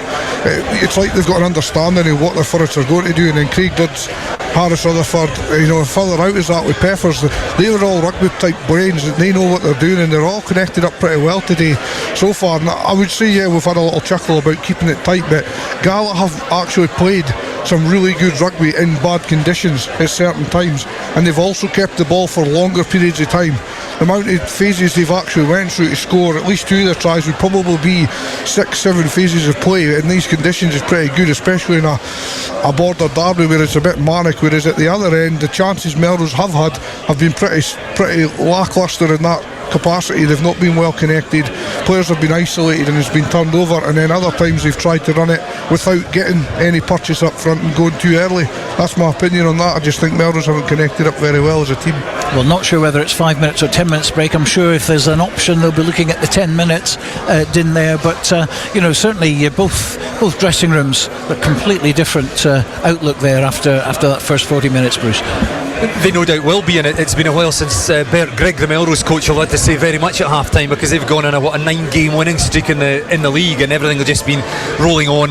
and without an awful lot, I guess, going wrong for them. But today, albeit maybe not the pressure of a league game, it is the Waverley Cup, and it is a game they will not want to lose. And I think Bert Grigg, just off the back of what Neil's saying there, will have some pretty harsh words for his team, because they've not shown, some might be, if you were being a little bit unkind, might say they were lucky to get 3 there, because they had a couple of opportunities in the 22, made absolutely nothing of them, and they will have to change something, whether it be personnel, because they've got 9 players on the bench, and I imagine that we might see a different Melrose side coming on in this second half. But they've got to change something if they're going to come away with a win here. From a Gala point of view, you'll just be seeing more of the same, and they will also be talking about the conditions. Again, the snow's come on. You can see that we'll be behind Melrose in this half, and if they are a little bit smarter with the ball, as Iain Heard has suggested in commentary so far, and maybe put pressure on Gala, kick the ball, put them back in their 22, they get themselves on the scoreboard something like 17-10, and mentally it's different for Gala as well. At the minute it's been plain sailing. Well, they'll be coming back on very, very shortly, but Bruce, let's have a quick look at Saturday the 7th of January, because that's one that you'll most probably be at, and that is obviously Melrose against Ayr in National 1. That's going to be our feature game from the Green Yards, and that's set up rather nicely. That's news to me. I better just check my diary, but I should be okay for that. I mean, the top of National 1 is fascinating at the minute. It's a shame that Gala's form actually dropped off, because potentially we could have 4 teams within 5 or 6 points of each other, but as it is, we've got 3, and then a team like Gala, if they continue to build under new coaching staff, they'll have a real say, albeit they will not win the league now. Euan Dods was honest about that, but they could have a say in where it goes. But 3 teams, Kelso sitting at the top, showing no signs whatsoever of dropping off in terms of their form, and then Ayr and Melrose chasing very close and all to play each other. So it really is fascinating. And Bruce McNeil, who was with us at the start, saying in some ways it's good for Kelso that they've got those other teams at home, which is a big help. But the really interesting thing is this break. So we've got a 2-week break with Christmas, and then those 2 weeks before that with the weather. We don't really know what everybody's form is going to be like coming into the second half of the season, and even notwithstanding that, it's hard to stay at your peak for however many games have we got in National 1? Is it 22 games or somewhere, which is a lot. I think Bruce said that they played 13 games, Kelso, without a break. It is really hard to stay at the peak of form, and somebody will lose form, and even just for 1 or 2 games, even if it's not pick up a bonus point. I mean, at the minute Kelso, they're 5 points I think ahead of Melrose, and just looking to stay ahead of there, but something will change. I'm not saying I hope Kelso don't slip up from a Kelso perspective, but one of those three teams will lose a bit of form, and it's just be interesting to see who comes out on top. Gala will be playing Dundee that day, and of course Kelso at home to Biggar. We've got the director of rugby here from Kelso, who's always keeping his cards very close to his chest, aren't you? And but that's one which you'll certainly fancy yourself on.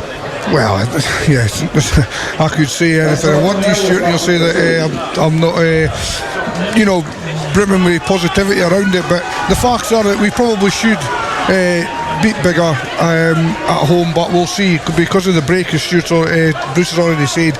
We don't know what the form will be like. Okay, right, well, the team's beginning to come back on the pitch again. Just mentioned the Premiership, all away: Selkirk at GHA, Jed Forest at Heriots Blues, and Hawick at Mar. But with Gala just coming back onto the pitch now, let's hand you back to our commentary team, starting with Bruce Millar. Yes, welcome back.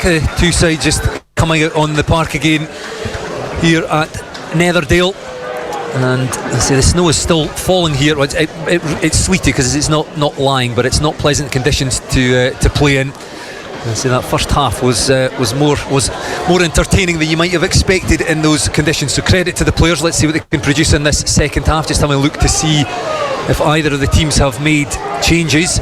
Iain Heard is suggesting that Melrose have made 2, so we'll get those from him in just a second. But it will be Craig Dods to start us off in this second half. Gala now playing from left to right as we watch from the back of the stand here at Netherdale in the Waverley Cup. And the referee Gordon Galashiels, he didn't have an awful lot to do in that first half. Blows his whistle, tells the Gala players to make sure they stay on side, and Craig Dods, no surprise, sends that one as long as he can into the Melrose 22. And good play there by Melrose as they break through a couple of weak attempted tackles by Gala, take play up towards their own 10-metre line, and now look to play with the conditions behind them. Well, they should have learned a lesson from Iain Heard. because they had the opportunity there to kick that one long with the wind behind them. Only Craig Dods at the back for Gala, but instead opted to play through the hands, and they've knocked it on. Yeah, just again, we sound like we're party poopers, me and Iain, but we just want to see whoever's coming from that end of the park has to give themselves the best chance, and Melrose have done similar to what they did in the first half, shoot themselves in the foot by not playing, asking to play at the Gala half, and it's given Gala a good start to the half, and another drop ball and forced error again, which is creeping up the number of times now that Melrose have forced one and it's not worked. Well, scrum down to Gala, just 15 metres in from this stand side touchline on the Melrose 10 metre line. Out goes to Dods again behind his centre partner Wilson, and take play out to Peppers over on that far touchline. He's got Mitchell with him, cuts back in field though, and play still with Gala just inside the Melrose 22 into a high tackle there, and comes McCrum just to drive the Gala player forward, makes another metre or two, and Fergus Johnson, lovely footwork at the side of the breakdown there, and Johnson will go in the replacement scrum half. Came on in the first half for his brother Lachlan, and for the second time in the game Melrose left the door open at the side of the breakdown, and Johnson was alert to it, and he's darted through, still had an awful lot to do. Great footwork by the scrum half, and he goes in for Gala's fourth try. It's Gala 22, Melrose 3. He's been threatening to do that 2 or 3 times. He had a go a couple of times in the first half break, and when you get him one-on-one, there's absolutely no chance. He's got a great sidestep and he's got a bit of pace as well, so great individual try from Fergus there. Yeah, it was a lethal sidestep to finish it as well, and he just straight under the sticks. And I think because Gala went to the left, 2-3 times already, a lot of the defence was drifting out as if to cover. I think they were maybe a man down, and Fergus Johnson just sees that little chink of light, and through he goes, and beautiful step to finish the try off. Well, Bert Grigg, we said mentioned what he might have been speaking about at half time. Well, he'd be really disappointed with what he's seen from his side there. Just not defending the side of the breakdown clearly. Now that's somewhat contentious. Melrose trying to take a quick one from the restart there. Gala went back. Craig Dods knew what he was doing there, and he just stood right in front of the kicker about 2 metres away. He'll have a slightly sore back there because that ball was kicked into him, but should that not have been more done there, Iain? Yeah, it was a different ball. Oh, was that a different ball? Right, yeah. Okay. The ball was kicked, as far as I could see, the conversion was kicked, and it went way into the up towards the tent there. So Melrose had got a ball, used a different ball, I think. So he should just have gone back to the restart. I wouldn't have known that one. I wouldn't have known that one, so fair play. It's amazing now and again how I can sometimes be right. That's why you're here, Iain. And in a second we're going to get those. Just check it. I'm not sure if it was the right ball or not. We're going to get those replacements for you in a second, but it's a Melrose throw into the line out, taken again by Gregor Lindsay in the middle. He's been a good source of ball for the visitors at the line out, and this time they get their rolling maul moving forward. Made 2 or 3 metres, just inching forward over on that far touchline. Now they play away again and try to perhaps be a little bit clever there and play behind the Gala defender. The ball's been lost and I think thrown forward, and double knock on, just trying to work out the actions of the referee. I think thrown on, and either way it will be a Gala feed to the scrum inside their 22. They lead 24 points to 3. And Iain, have you got some changes written down in front of you? Yeah, Melrose have made 3 changes at half time. They've taken off scrum half, put Bruce Colvin on. Luke Townsend's come on at centre, I think. He's moved into centre position, and I think it's Kit Buchan's come on at number 8. I'm assuming it'll be for Ben McLean. Is that right? That will be right, yeah. Ben McLean off, and Kit Buchan, who Bert Grigg, the Melrose coach, spoke about how important it was to have him back. He's been working over in Saudi, I think, for the past 6 or 8 weeks, so they've missed him, and we're good to see him back in action. And yes, Luke Townsend on in the centres there with the 21 jersey on, in fact. Bruce Colvin could make a big difference here. Just, he's an angry man at the best of times, so he will be chirping at this Melrose Park to get up off their feet and get going. He's going to encourage them all they want for the rest of this game to keep at it. So he's probably the man for this job. Although he was involved in the error there, but he'll certainly bring a lot of that and experience to this Melrose side, probably just when they need it most. And I think a change in the jerseys at Bruce Colvin in the 22 jersey and Luke Townsend in 21, just to get right in my head. Yeah, but it'll be the forwards involved here, because it's a Melrose throw into the line out 5 metres from the Gala try line, taken well in the middle there, and again they'll try and get this driving forward. It starts to go in the right direction, collapses, the referee says illegally, so we'll be playing advantage here, and Bruce Colvin has a little dart round the side there. Referee looking very closely. Melrose must be inches away from that Gala try line, trying to defend that 21 points advantage they have in the early stages of this second half. 5 minutes played, the second half of the Waverley Cup. And the referee again having a very close look. Melrose opting for now to keep this one tight, and their back strung away across to the left towards this stand side. But the referee, well, he says a knock on. The Gala pack celebrate. They've survived that one. And again, Melrose wasteful with opportunities. Yeah, they just spilled that one. I actually thought the referee wasn't going to come back for the penalty there, Ian, because he gave a penalty and looked like surely couldn't have been advantage over, so not quite ruined their chances yet, but one that again they should have just showed a little bit more composure yet again to finish that off. They were only inches away. Well, they're going to get another shot at it, and just kicked that one to the corner. The referee did come back, was still playing an advantage, unable to score, so they got a chance to kick to the corner again. Instructions being given to the hooker there by Jack Dobie, loose head prop. It looks like they'll throw to the front here. They do indeed, and they'll quickly try and get this one moving forward. And the Gala defence not quite so strong there. They come flying in and try and stop that one. The referee again on the spot as Melrose fight their way towards that try line. Again, a bit of a mess of bodies, but Gala have somehow kept that one out. Still a metre or so away from the Gala try line. Out it goes again to the forwards. Dealt with well by the Gala defence as Melrose work their way across towards the centre of the field. A step back inside there by Kit Buchan on at number 8, and somehow kept a hold of that there. It was fantastic, but a skill by one of the forwards, took that sort of behind his head there and retains possession for Melrose. And if that ball had got into the hands of Donald Crawford, he was in, but Struan Hutchison couldn't quite get his hands free. But still Melrose peppering that Gala try line with attack after attack, and out it comes this time to Elliot Ruthven. It's still only a metre or so away. Gala defence has been superb, and the referee again having a very close look, but that one's just short. We'll come back again. Referee's playing an advantage this time, so free ball. Out it goes to Jack Dobie, who fights his way forward. The ball again goes loose, kicked away by Gala. The referee will come back as he was playing an advantage. The referee Gordon Galashiels, and we'll have a quick word with one of the Gala players here. Again, Melrose at least going through phases on this occasion, but not able to get themselves over the try line. Manful defence by Gala. Yeah, they've just what we said at half time, they've started to string some phases together, and they probably should have scored by now, but I think Gala's defence has still been really good, and maybe looking at a yellow, maybe if there's another one of these ones, I don't know. It's pretty tight that way, Ian. I don't know what you think. I would say it has to be thinking about it. I think that's what they've spoken to him about. The tap and go by Colvin, little switch, and again a big hit comes in there on Luke Townsend on the centre, just angling back in, but dealt with well. And then round the corner comes the captain, Callum Cruikshanks, and out again to Thomas Brown. The forwards all having a go, and every time repelled by solid Gala defence. Melrose 5 metres away now. Again Callum Cruikshanks has a go. He's tackled by his opposite number, Jack Williamson. Further out they go. It's just Thomas Brown and Cruikshanks.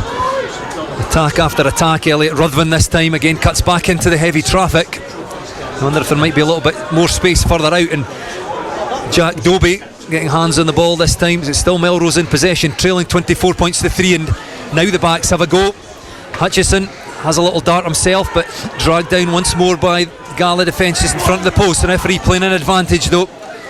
So once again free ball, and round the corner goes Colvin. He's already seen Johnson score in a similar fashion at the other end of the pitch. The referee this time may well have a word with one of the Gala players. I think it'll be a card this time. It should be a card anyway. Probably should be, but Gala defending Manful, give them their due. They're not letting Melrose out. They're just on their line here for good 10-12 phases without buckling, and they are going to infringe. It's just what the referee deems this. Yeah, maybe a little bit lucky. First half I think he did a good job. I think that time that was the opportunity. There was 3 penalties, although he played advantage of them. I think that was a good opportunity there. He should have given the word there. Then that should be a yellow, I would suggest. Well, I would think that would be a final warning issued to Gala captain Liam Scott, as we've got some treatment to, I think, one of the Gala players just and the end goal. In fact, no, it's one of the Melrose players, and it's maybe Archie Pilcher. I'm just trying to work out who it is, but either way, back to the action. And Dobie again, he's certainly electric when he carries the ball, but he's knocked back, and Melrose again have just lost a metre or two. That Gala defence strung across their own 5 metre line, desperately trying to keep Melrose out of this one. It's about 5 minutes that Melrose have been down in this area of the field. 10 minutes played in the second half, and you can tell, I've no doubt, from the cheers from this Gala crowd, the Netherdale stand absolutely filled here. Have managed to turn that one over. Got hands on the ball there. Melrose player guilty of not releasing, and a chance for the home side to clear their lines. I think Gala are fortunate to get a yellow there. However, their defence has been outstanding, and that was real meaningfulness in that. And you saw the way they celebrated, and they deserve the turnover just through their sheer gutsiness of their defence. They'll be disappointed in that kick by Craig Dods, though. It kind of wobbled a bit and hasn't found touch. He was trying to maybe just take a bit too much there, and that might work for him actually, because that's a loose kick. Was that Bruce Colvin, I think, has kicked that, and it's going right over the dead ball line, so we'll come all the way back here. He's trying to think, where was he standing? Probably on his own side of halfway. So Dodds initially tried to find touch over on the far side, and it was kept in by Melrose on their own 10 metre line, and just tried to push Gala back into their own 22, and Colvin just put a bit too much on it. And the referee just having a quick word with his assistants, and we'll find the point that Bruce Colvin kicked it, and we'll come back. And there'll be a couple more changes there. Did you see who came on there? We've got Ross McConnell and Will Owen have come on. That's the two props have come on. Just a clarification on the subs earlier on. It looks like Ben McLean and Will Ferry are still on. It looks like Elliot Ruffin, number 7s, or is he still on actually? So I'm wondering if he's taking a second off. McLean's went to hooker. Right. So number 8 has went to hooker. Right, okay. And Gala making a change as well, number 17 coming on, which is Douglas Weir. Yeah, Douglas Weir will go at the back of the scrum. Is that Angus Dunn, I think, coming off? He scored the second try. Yeah, he has had a good game. Scored his side's second try. 27 minutes doesn't into... have many bad games, Angus. No, he does not. 27 minutes into the first half, he scored after Scott Peffer's earlier try. And Peffers and then Fergus Johnson in the early stages of this second half. The 4 Gala try scorers. Just the one penalty to Melrose, Struan Hutchison, 30 minutes into the first half, and it's Gala again on the attack, just on their own side at halfway. And Wilson, well, 3 Wilsons for them today. The outside centre, Murray Wilson, put boot to ball, didn't catch it quite as cleanly as he would have liked, and that's been taken by Melrose on their own 10 metre line. Again though, a mistake. Looks like Bruce Colvin has knocked that one on. And no doubt you can hear the Gala crowd getting very animated in here, enjoying this game. They've watched their side suffer 3 heavy defeats, and they'll be enjoying, looking, well, with 27 minutes left in this one as things stand, putting one over their old rivals. And Gala, the holders of the Waverley Cup, remember, last played back in 2019 with a 3-year hiatus. They're the holders, 26-14 winners at the Green Yards 3 years ago. Looking to retain the trophy here on home soil.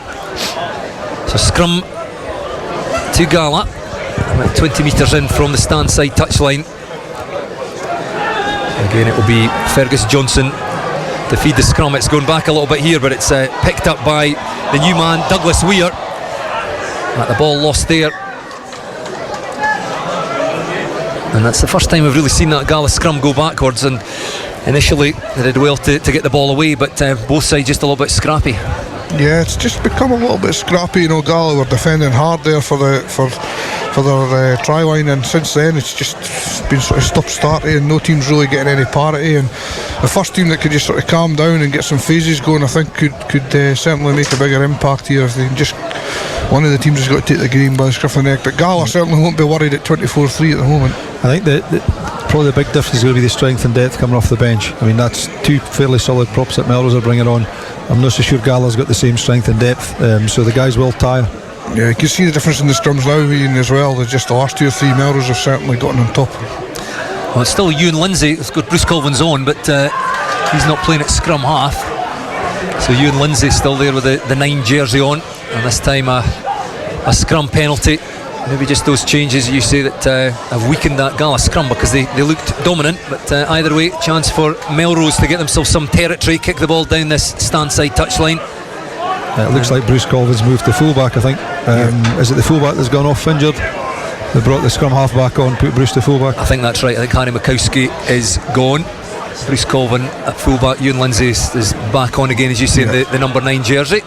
But so many replacements that it takes a bit of keeping up with, and often games lose their shape a little bit at this stage when we see so many new players coming on. But it's a good throw into the line out by who was the number 8, Ben McLean, now playing hooker for Melrose.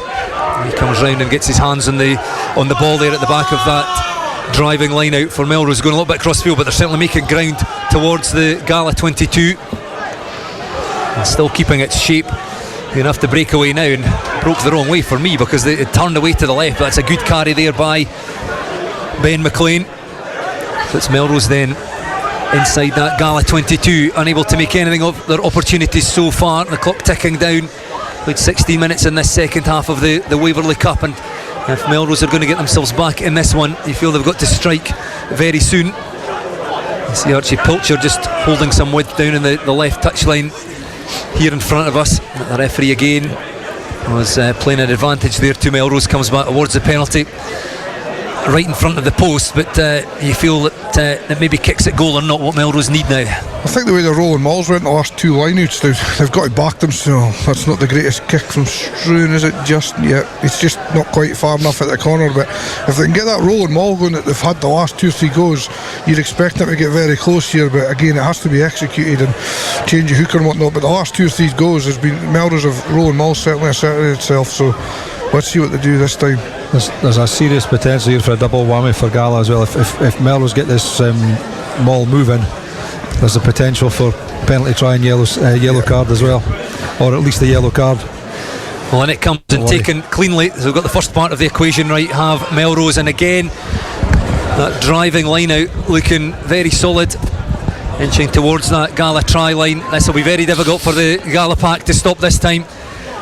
They managed to slow it down, but they can only be a metre or so away, and they plunge over the try line. The referee on the spot, and his arm goes in the air, and Melrose do get themselves the try. That'll be the hooker. I think Ben McLean at the back, who started the game at number 8 but is now playing hooker. He did well initially with his throw into the line out, taken cleanly, and then got his hands on the ball at the back of the maul, and has gone over. And well, Melrose have had a few opportunities, not a huge number. They've been wasteful, as I've said, but they've at last got themselves on the scoreboard, and just to add to that earlier penalty, and there's still time in this one. Yeah, I mean, that well executed. And if you look at the set piece, the way it's going now, Melrose are heavily advantaged now in the set piece. Their scrums are going well, penalties from the scrums, the rolling maul's taking effect, and the way the conditions are, if Struan Hutchison can keep punting them forward and asking and getting them into positions, there's no reason why they can't keep striking from them. But that's not maybe Melrose, they like to enjoy throwing it about, and it is, there's no league points at stake, but to get back out of this one, I would think if they keep to that, this could get tight. Well, the conversion comes back off the post there, so unable to add the extra. So it's Gala 24, Melrose 8 as we approach the midway point in the second half. I think Gala just need to get hold of the ball for 5-10 minutes and just play a few phases of play. Even if they don't score any points, it's not a major issue. They just need to take a bit of time off the game and take a bit of sting out of Melrose. As Neil said, if Melrose start to get this ball now, they've realised that they're just going to maul it and scrum it for penalties. Gala are going to be in a bit of trouble, even at 16 points down. There's been a real change in dominance, as you say, Neil, at the set piece, and it's key in any game, but you can see that it's probably the Melrose route to getting themselves back into this game. I think if Ian's right, if Gala can keep the ball for so many phases, eke a penalty out here or there, and just to get a bit of momentum change, and that would settle Gala down, and without really scoring could win Gala the game. It's just enough to stop this momentum. But if Melrose get another quick one, this is going to go to the wire. Absolutely. Clock ticks towards the 20-minute mark in the second half. Still Gala 24, Melrose 8. Melrose in possession again. The long kick by Dods, but carried well out of the 22 by Melrose up towards their 10-metre line. They're shaping to kick it. and it will be Euan Lindsay. Again, that's a mistake by the scrum half, just kicks it straight out. Look to put some height on that and make it contestable, but they will come back and it'll be a throw in to the line out for Gala. Yeah, it's a little bit disappointing there. You've got, a player catches the ball, makes 20 yards. Yeah, he's an open play, but he's broken a couple of tackles. You're looking for quick ball and keep going and going and going. It's just this desire to slow it down, box kick. Sometimes you've got to take the bull by the horns and just play with what's in front of you rather than potentially what would be seen to be a sort of a set play. So the throw in by Eason, found by his captain Liam Scott in the middle of the line out, and the 7 jersey on. The referee playing an advantage here at a Melrose side.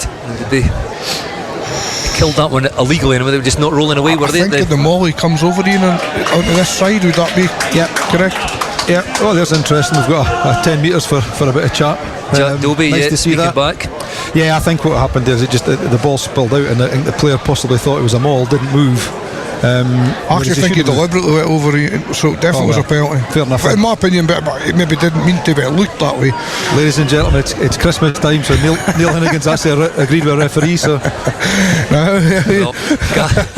Gala, who have been under a bit of pressure in the last 5 or 6 minutes, conceded their first try of the game to Melrose and got themselves a position 5 metres out now from the Melrose try line. What can they make of this? Can they get their line out maul working? Well, it's certainly looking well formed. Chances. A real opportunity here for Gala, inching towards that Melrose line. Melrose pile bodies into this one to try and stop it, and Gala do likewise. I think most of the players in the field, there's only 1 or 2 Gala backs out, a couple of Melrose backs likewise, trying to adjust their defence here. The referee says side entry by Melrose, awards the penalty to Gala, so we'll get another crack at this. I think there's going to be a penalty for about 15 coming for the side. When you get backs coming into mauls, they're all coming for the side. It's a bit of a mess, but good initial setup by Gala, and maybe just didn't keep the momentum going. I felt like they looked like they were going to score there, but it just, Melrose just done enough there, and but this is the way to stop the tide. Absolutely, but just what we're saying, I mean, they've probably run about 3 or 4 minutes off the clock, taking the sting out of Melrose. Still 24-8. Feeling this could be the game for Gala if they could get themselves across here. So another crack at it, 5 metres out with a line out. And again taken cleanly in the middle, get their maul well formed. Melrose once again drive them a metre or so back, and will force Gala to try and go down that blind side. And Melrose got hands on this, I think. In fact, they may well manage to turn this one over. I think the referee have a very close look here, but I'm not sure that Gala are going to get this one out. They do not. So good work there by the Melrose defence. Well, it is the Waverley Cup, and as you would expect, right on cue. We've got a little bit of handbags, nothing too serious there. Nothing we've not seen before in these annual boxing. I think that's why it's called Boxing Day, is it not? It's named after this clash. I don't think there's a lot in it. It's just a bit of handbags here. Bit of frustration for Melrose, I think. And I think the best bit of that just now was Bruce Culver for 20 metres to just basically shake hands with Scott Peppers and have a laugh with each other. I think so. Just goes to show. If anybody's frustrated there, it'll be Gala, because again they had 2 cracks at that. They didn't get over the first time. They got another penalty, kick to the corner, won the line out, and they just didn't get themselves set quite right, and they've allowed Melrose to come in there and get through and get hands on the ball. So they'll see that as a real wasted opportunity. It was really, really well defended by Melrose, because the Gala setup wasn't bad, and then Melrose managed to work their way in to be able to do that, and then obviously spoiled it by getting bodies round it in the ball, and then it was never coming out. It was only one result. I think it's that dynamic thing. If you get it moving quickly, then great, because you've then got Melrose have got to get in behind the ball and form it. Whereas if it starts to slow up, then the bodies that are in awkward positions that are not coming out of the maul, they create a problem for if they spin round a bit and if things move. And I think once it's stopped going, you want to get it out as quick as possible. It's obviously not as obvious to illegally get in there either. From a referee's point of view, if that happens that way, how can he see where somebody maybe comes from? If it's set up, it's very obvious he's came in or swam in. And especially when it starts to move forward a bit, it's obviously clear. Well, 15 minutes left in the Waverley Cup here at Netherdale as the light fades. You can see the snow on the top of the Eildon Hills in the background, just under the stand roof here. We're right at the back of the Netherdale stand. Gala 24, Melrose 8, and it's Melrose marking their in goal area, trying to clear their lines there. That looks like it will stay in. Well, Andrew Mitchell watched that one very carefully as it went over his head. The right winger, he's over on the left hand side now, but not a bad exit for Melrose considering where they were there. Yeah, it's quite interesting. We're about 2 or 3 scrums where Melrose have blown Gala off the ball, and they've got a scrum 5-6 metres for their own line, and they just hold it steady and go for the exit. Now for me, that's a great opportunity that most teams would try and scrum for the penalty and get put in the same position they've then got to throw in. I was going to say exactly that not only are Gala wasting opportunity, they might give away a penalty at the scrum, but either way they've got a line out on the Melrose 10 metre line. Dodds just drops it off to his centre partner Murray Wilson. So it's Gala in possession, centre field. Johnson gives it to his captain Liam Scott there ahead of the pod of 3 forwards. Again skips over a player, Johnson, and out to his half-back partner Harris Rutherford. Finds Andrew Mitchell looking for work now, trying to keep himself warm. The forwards now massing to the left there. Good work by Kyle Scott, crashes into contact, helped by Liam Scott. And Melrose trying to keep this one up, but Gala get that to deck. Ball very slow and coming back. The referee though saying illegally, not rolling away, and Fergus Johnson not hanging about here. He's already scored one, showing how dangerous he is. Lovely offload there to Scott Peppers, bursts into the line, into the 22 here and dragged down. Melrose defence now having to work once again, and Fergus Johnson for about the 3rd time finds space at the side of the Melrose breakdown, and Gala only 5 metres away from the Melrose try line now. Good tackle by Ben McLean, playing at hooker now, started at 8 for Melrose. Melrose cannot afford to concede here. 13 minutes left on the clock, and skipped through a tackle there by Glenn McCrum, the big Gala number 5. Gala once again just a metre or so away with the blast and the whistle from the referee. I think not playing in, he was playing an advantage there. Gala not scoring from it, so it'll be a penalty to Gala, 5 or 6 metres out from the Melrose try line, I think, for not rolling away. But a chance here for Gala to kill this game. Yeah, really chances are mounting up now for Gala. They've had 2, this will be the 3rd one, and they've got another go at it, so this is their 4th attempt. They've been this close to the line. They really need to take this chance and bury the game, but the momentum's sort of changed now again, and Melrose all came off the back of a bad box kick over the far side by Lindsay. If he manages to keep the momentum going there, who knows what Melrose could have done from there. But at this point now, Gala, it's all in the ascendancy, and they're on the Melrose line. This is the time, if they do go for the line out, is they go for something different. They look like they're thinking about something here, maybe a set move, Iain. Did you like how Iain just stopped there because the 50-50 draw announcement came over the tannoy? Fergus Scott, quick tap, they don't even go for the line out. Fergus Johnson, I should say, apologies. And that ball, has it been lost? He was maybe just a little bit too clever there. Decided not to go for the line out, quick tap, and they've lost that one. But Melrose now trying to play from behind their own try line. I assume they still have an advantage from that, maybe the knock on. They're taking their lives in their hands here, and Hutchison hurries that one away, but he's not found a touch taken by Ben Gill, who we've not seen an awful lot of, finds his standoff Harris Rutherford. A big hit there by Melrose, and they're now in the attack, take play up towards halfway there. Some big defence from both sides, bodies piling in to contact there, but it is Melrose in possession on their own 10 metre line, and the Gala defence rather fractured here. They were attacking on the Melrose try line about 30 seconds or so ago. They'll come back trying to reorganise themselves. The biggest cheer of the day as the referee gets knocked over and away goes Craig Dods, chased all the way, kicks that one through into the Melrose 22. Back go Melrose, the ball goes loose, it's been snapped up there by Murray Wilson. Brilliant hands by the Gala outside centre, and a comedy of errors there. I mean, that started with a quick tap by Fergus Johnson on the Melrose try line. It was turned over, it was sent long. I think whoever done Craig Dodds there at the end, just where he's kicked it, maybe fortunate at the try scored. I don't know if they're coming back for it, Iain, regarding sanctions, but it looked like he stood his man with his shoulder. I don't know, it looked that way, but I could be wrong. I'll be absolutely honest, there was about 4 or 5 things in amongst all that were questionable both sides, but at the end of the day, it's a decision. Somebody's a lot closer than we are to make that decision. Yeah, it's not easy to sort of give them the juice, but Gala done well there. They just pounced on it, and Melrose had to throw the kitchen sink out. Time was not on their side. They're going to run it, they tried to run it from their own line, and when you do that, you're really asking for something maybe not to come off on the other end to score. To be fair, when the turnover came, those 2 Gala defenders came sprinting back to wait for the kick, and Melrose saw it, went for it. the standoff didn't quite get away from it, so Stuart Hutchison didn't quite get away, and then they had a great chance here. Andrew Mitchell made a fantastic ball and all tackle to really because if he hadn't made, even if he'd given the chance an offload, Melrose were probably scoring. So he set the try up, but he certainly stopped Melrose from going. Typified Gala's performance today, that tackle by Andrew Mitchell. Absolutely.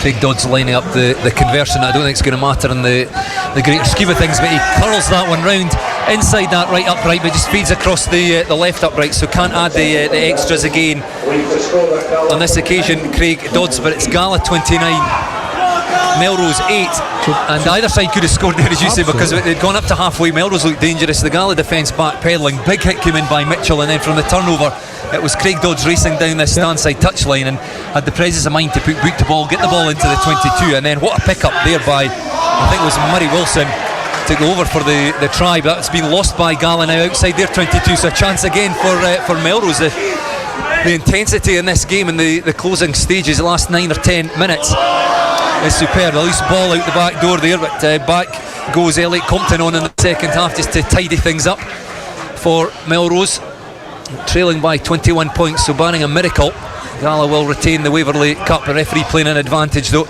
play midway between the Gala 22 and 10 metre line, and a nice line there by Ben McLean, absolutely hammered again by Gala. The defence has been absolutely superb in this second half, but the referee was playing an advantage, so he goes back across, maybe a high tackle there, so it'll be a penalty to Melrose as we get some treatment to one of the Melrose players. Just interested, that last Gala try with 2 minutes of absolute madness with tackles flying in, knock-ons, potential knock-ons, guys getting taken out, and Gala pretty much scored exactly what they should have scored if they had done what they were supposed to do down there instead of knocking the ball on. It was right in front of where they were supposed to score. Yeah, just a bit of a killer there for Gala from the kick-off, a drop ball, and it's the kind of game it is at the moment. You wouldn't have been surprised if Melrose had picked up and scored from it. It's that type of game at the moment. It's amazing how many times you see that, especially, I mean, you look at even international rugby, you look at Scotland, the amount of times it happens with Scotland where they score a try and then the immediate Bruce Colvin still arguing with Gordon Galashiels there about something, so it's not going to make any difference now whether he was right or wrong, sadly. I often think of the kick-offs now as an extra set piece. It's that important, and the amount of times that you kill yourselves by not being able to handle it, and it's right to the top level, not just club level. It happens at all levels. What's been different though about this Gala side? Let me remind you that they were beaten 63-15 by Melrose. I know the two teams would have been different back then, but in the league, there's been quite a turnaround in this Gala side in a short space of time. I think I'm totally neutral. Ian's got a bit to do with Gala, so I don't know, but I think the changing coaches, you always get an upturning attitude and whatnot, and that's evident. But I just think that the personnel as well, they were missing quite a lot of players through the air.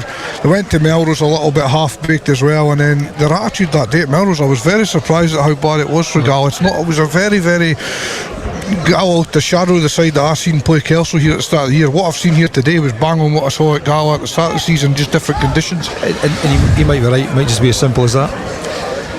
So back to the action. Melrose have kicked to the corner, so they'll throw into the line out, and again find their man in the middle. Ball essentially handed over to the hooker there, Ben McLean. And Melrose again 4 or 5 metres away from that Gala try line. The Gala defence not quite so solid on this occasion, but they do keep Melrose out. Referee again playing an advantage, so a chance for Melrose to add to their tally of 8 points. And there's space out on the left hand side, but not needed, because over goes Stuart Hutchison. The stand-off, and just caught the Gala defence napping there. I think expecting them to play through the forwards, went wide more quickly, and there was a gap for Hutchison to go over, and they realised that time was short, not hanging about there. They've just stuck over that conversion. It's Gala 29, Melrose 14. 15 it'll be. 15, sorry, yes, you're right. Not your scoreboard's wrong, that's it now, 2015. Great try by Melrose, but just,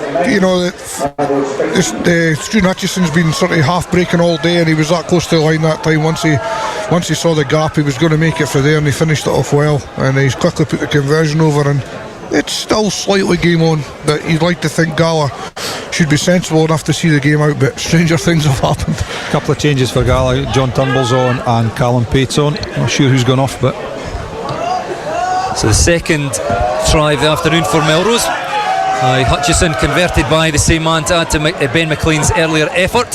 5 tries so far for Gala, so they lead 29 points to 15 with 5 minutes left on the clock, and that's a loose pass then. It's been snapped up by Gill, the Gala winger, and great offload there to stand off, can't quite get over Harris Rutherford, but it's Gala who reply very quickly. They're a metre or so away from that Melrose try line, just conceded. Can they score again at the other end? The referee on the spot, he's on the wrong side there, but the Melrose defence again very tight to that breakdown.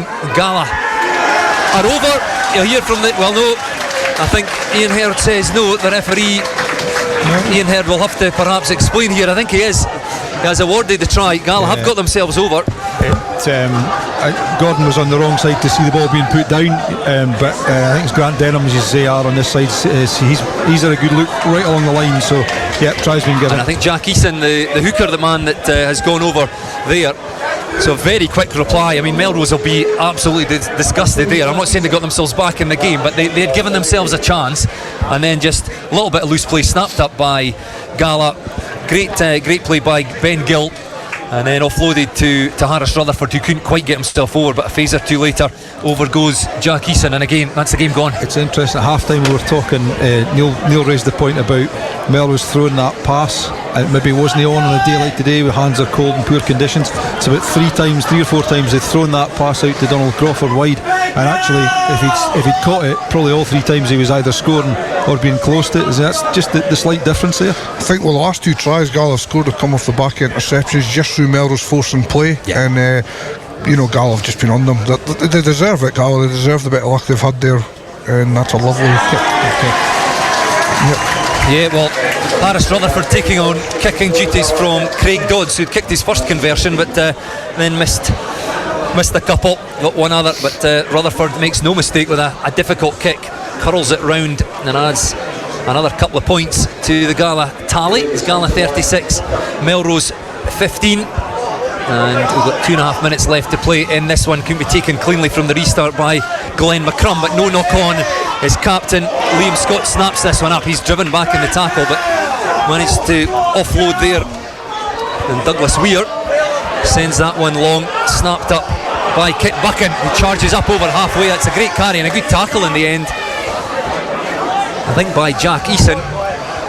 Put down Buchan. A very strong carry by the new number 8, and he's returned to the Melrose starting side. And it's Melrose in possession over on the far side on that Gala 10 metre line. The referee says Gala not rolling away, so a penalty to Melrose not hanging about. A good little bit of footwork there by one of the Melrose front rowers. Skips through the tackle and makes another metre or so, and out it comes to Thomas Brown. Again carries for Melrose, a line by Kit Buchan, but Melrose play behind him, and working their way up towards that Gala 22, and it's scrum half. There goes Struan Hutchison.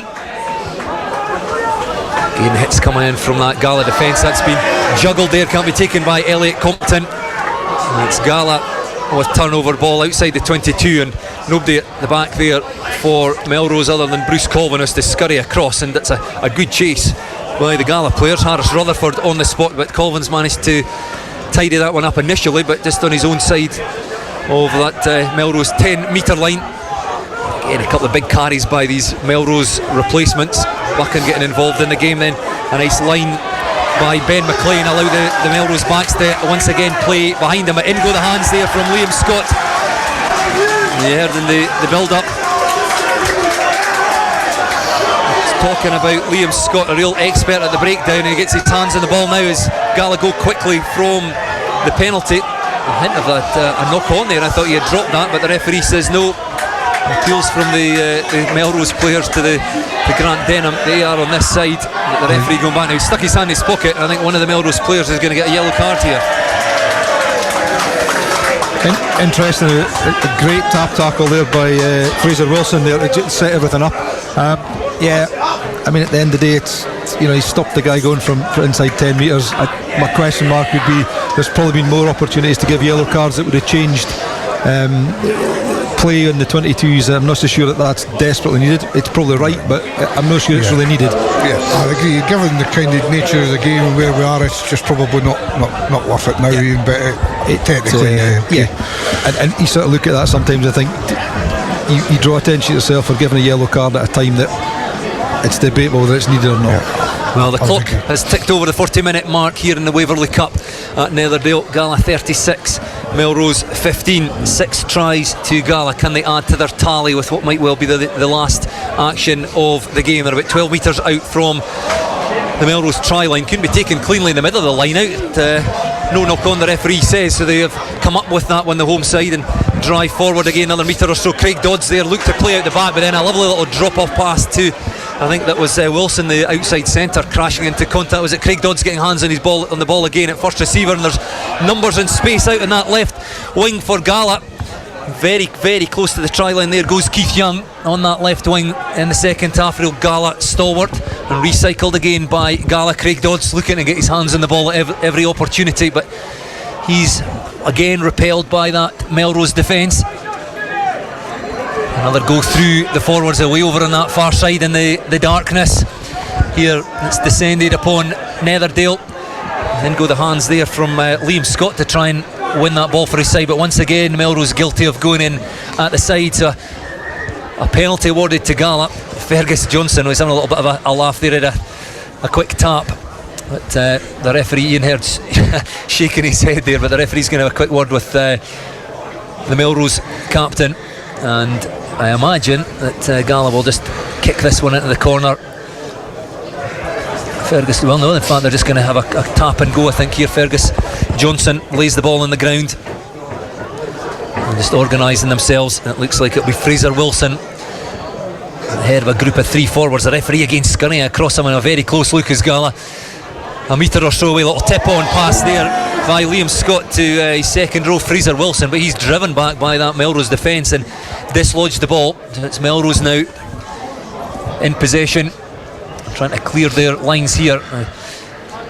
Kicked over the top. I don't know it's going to find a touch, so depending on the bounce here, that could well work, and it does indeed by Keith Young, and managed to offload the ball in the tackle there to Liam Scott, who darts away, goes over in the corner, up goes the referee's arm, and Gala do manage to add their 7th try.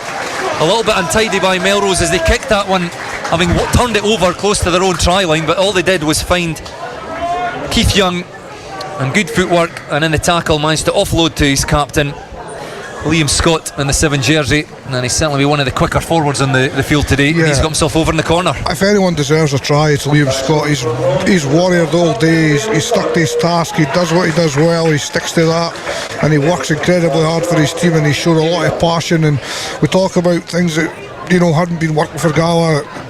Liam Scott's been missing for most of that, and it showed in the passion he brings to this Gala side. And if there was one man deserves a score at the end, it was him, and well done to him and the Gala team today. They've been outstanding.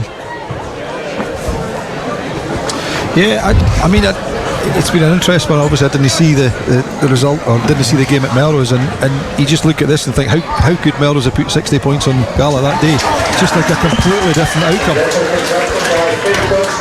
No, Craig Dods taking that final conversion, and again he's kicked 2 really good conversions from out wide. Again, he couldn't have been any further out on that left touchline, but he put that one through between the uprights. I mean, he's a good kicker. He's a kicking coach with Scottish Rugby now, so he's obviously practising what he preaches, and he adds the extras there. And with that, the referee blows for full time. Gala 43, Melrose 15, and as you say, guys, that is an unbelievable turnaround, really, considering 63-15 at the Green Yards in the league. Melrose very much coming into this one as favourites. We know that in terms of selection, the two sides not as they were that day, but however you look at it, that is a really good Gala performance.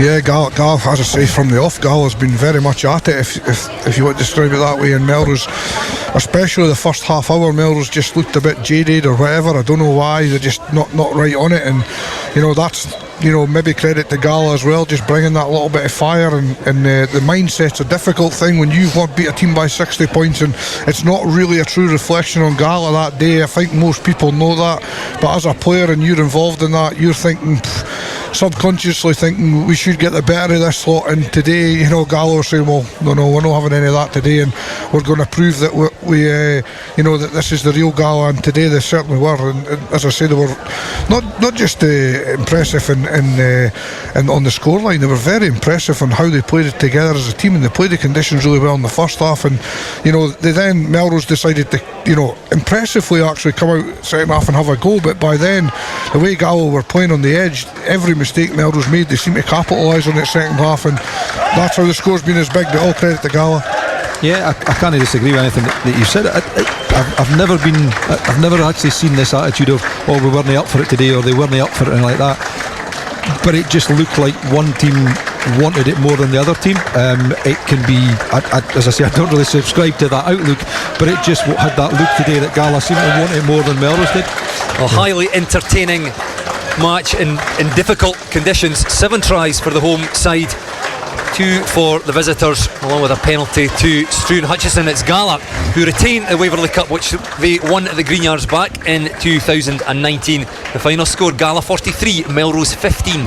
Thank you, guys. That's Bruce Millar and Iain Heard, and also Neil Hinnigan, your commentary team today, and we'll hang on for a couple of minutes because obviously the table's coming out now. There's a bit of silverware sponsored by Sykes, who of course look after Melrose and Gala and have done for many years, and that's where the Waverley Cup has come from, going back to I think about 2006. So it's now Melrose 7, Gala 6, with 1 drawn, which is pretty impressive, pretty close all the time. But as you say, Bruce, I mean, to see them come back from that huge 63-15, obviously dry conditions on a 3G compared with a snowy surface here on the grass at Netherdale is a different ball game completely. But what a turnaround!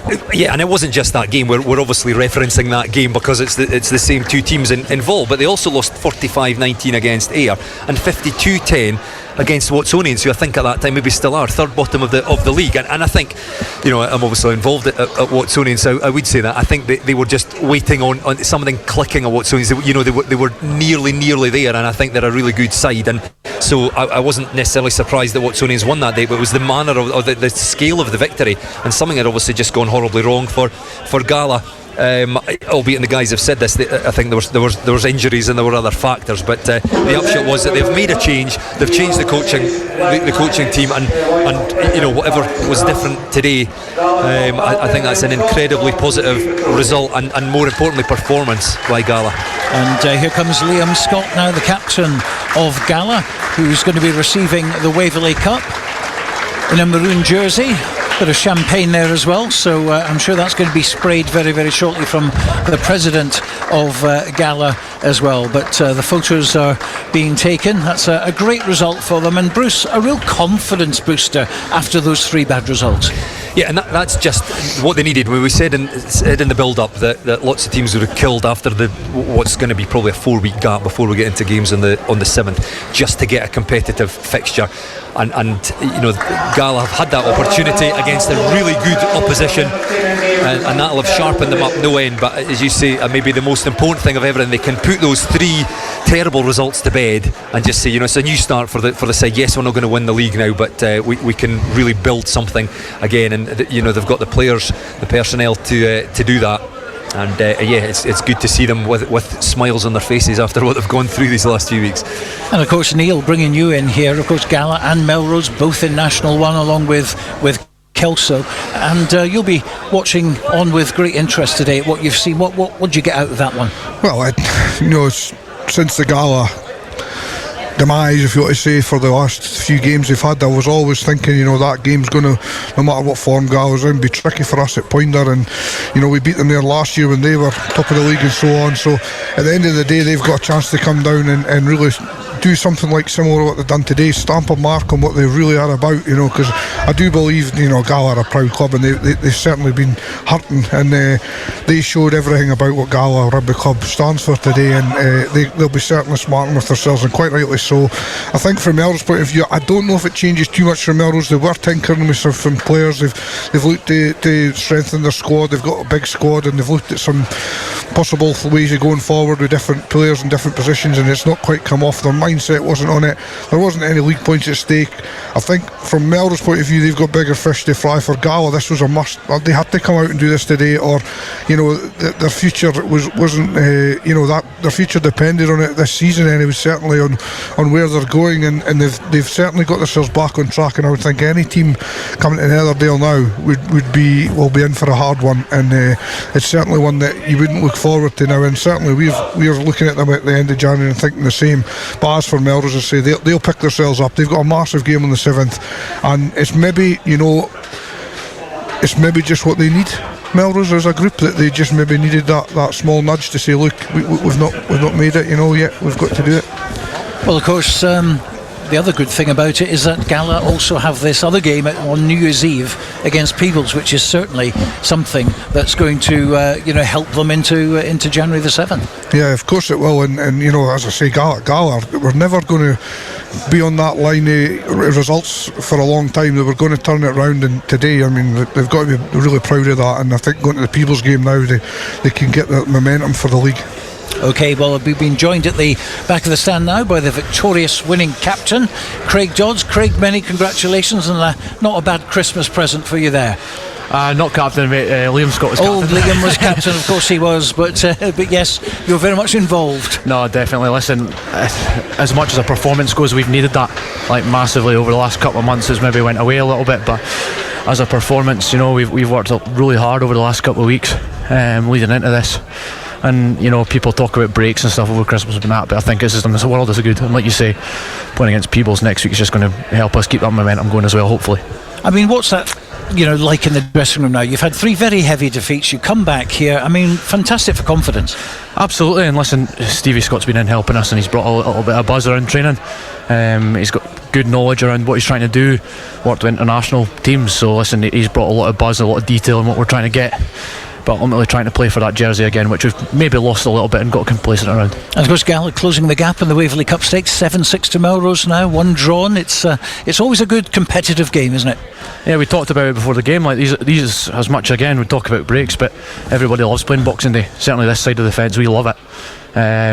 Always a big crowd that becomes part of your Christmas schedule, probably the biggest crowd around the year, so coming out and putting a performance like that is really pleasing. And of course not the best conditions, but you'll take that, particularly as Melrose obviously enjoy their 3G service, and of course the last time you two of you played was on that dry 3G. Very different today. Best pitch in Scotland, no excuses. So you've got obviously Peebles coming up December 31st, which will be a nice nice warm up for January 7th, but then it really kicks off again. I mean, we had Euan Dods here earlier basically saying that's it's all over, but there's a lot of points still out there. There is a lot of points, but listen, we've just got to go week by week now. It's out with our hands ultimately. If it was in our hands, we'd be talking a different story, but it's out of our hands, so we've just got to go week on week, build on performances like this, get some confidence, and hopefully carry on and win as many games as we can going at the end of the season, see what happens. And the hunger was there today, wasn't it? Yeah, totally. You've seen that. I mean, we defended the line for a lot of that second half and put bodies in the way to try and stop them getting across the line. And listen, Melrose came back at us, absolutely. They scored a couple of nice tries, but the way we dug in was real good. But you're in a happy place tonight. Absolutely, yeah, we can enjoy our Boxing Day. Well done, congratulations. That's Craig Dods. We'll bring in the other side as well. Donald Crawford waiting in the wings. We're going to have a little chat with him in a second as well. Here he comes. They're just shaking hands at the moment. Obviously 2 stalwarts of the local Borders scene, and Donald Crawford there. Here he comes. So it wasn't to be for you today, but always a great occasion, a big crowd as well. Great for Borders Rugby. Yeah, I mean, it was a good crowd, vocal crowd. Probably not the best conditions for the rugby that the crowd would have wanted, but all credit to Gala. They played played well, and they executed the game plan very well, and just played better in the conditions. Lots of credit due to them. A lot of people will be listening and looking at that result now at the moment. It's a big win for Gala compared with the big win for Melrose a few weeks ago. But of course, the Waverley Cup, it's a very different animal completely. You're trying out new players, a lot of youngsters coming. Some of them, appearing in big stadiums like this for the very first time. Yeah, I think, we said it before the match. We knew it was going to be nothing like it was last month. Gala had a lot of boys coming back. We were missing a few players, had a few changes, but at the end of the day, that wasn't what the 60-odd point turnaround was. Gala hit the ground running straight away, and as I say, played the conditions better. And we're trying to chase a game. It's tough. We made lots of silly errors at key times, I think Gala today were just the better team. They were more up for it. They wanted it more, and it showed on the scoreline at the end. Did they surprise you today? No, I think we played Gala enough times. Played them last season. We know what they like to do and what they bring to the table. If we're being critical, we probably played exactly the way they would have wanted us to play. Try and take them on up front, one out rugby off 9. And obviously the conditions do dictate that a bit, but we need to back ourselves, I think, and have the belief to play our expansive game that we can play and do play, and have played this season in these conditions on these pitches. But as I say, it just wasn't our day really. There was some basic errors in there, coughing up possession at key times, and they capitalised on that, didn't they? Exactly, yeah. Especially once they get ahead, the tails get up, and they're a very, very tough team to play against. You don't get a lot of opportunities against them. You need to take them there. I mean, they've got an absolute outstanding back row, goal line defence. I think just after half time, when we went through 9-10 phases on the goal line, couldn't find a way through, they get the turnover, and that's game changing moments, and then I think they went up the other end and scored from that. So that was really the game there. These moments, as I say, you don't get them a lot against teams like Gala, and you need to take them if you're going to want to come away winning. Changes in the front row in the second half as well, that made a bit of a difference. You started winning the set piece. Yeah, I think it's an interesting one, because our scrum was absolutely on fire at the last month, and at times again it was today. I mean, I'm not going to get into the details of the front row because I've got no idea what's happening there, but it was kind of up and down. And then obviously Will came on, fresh legs.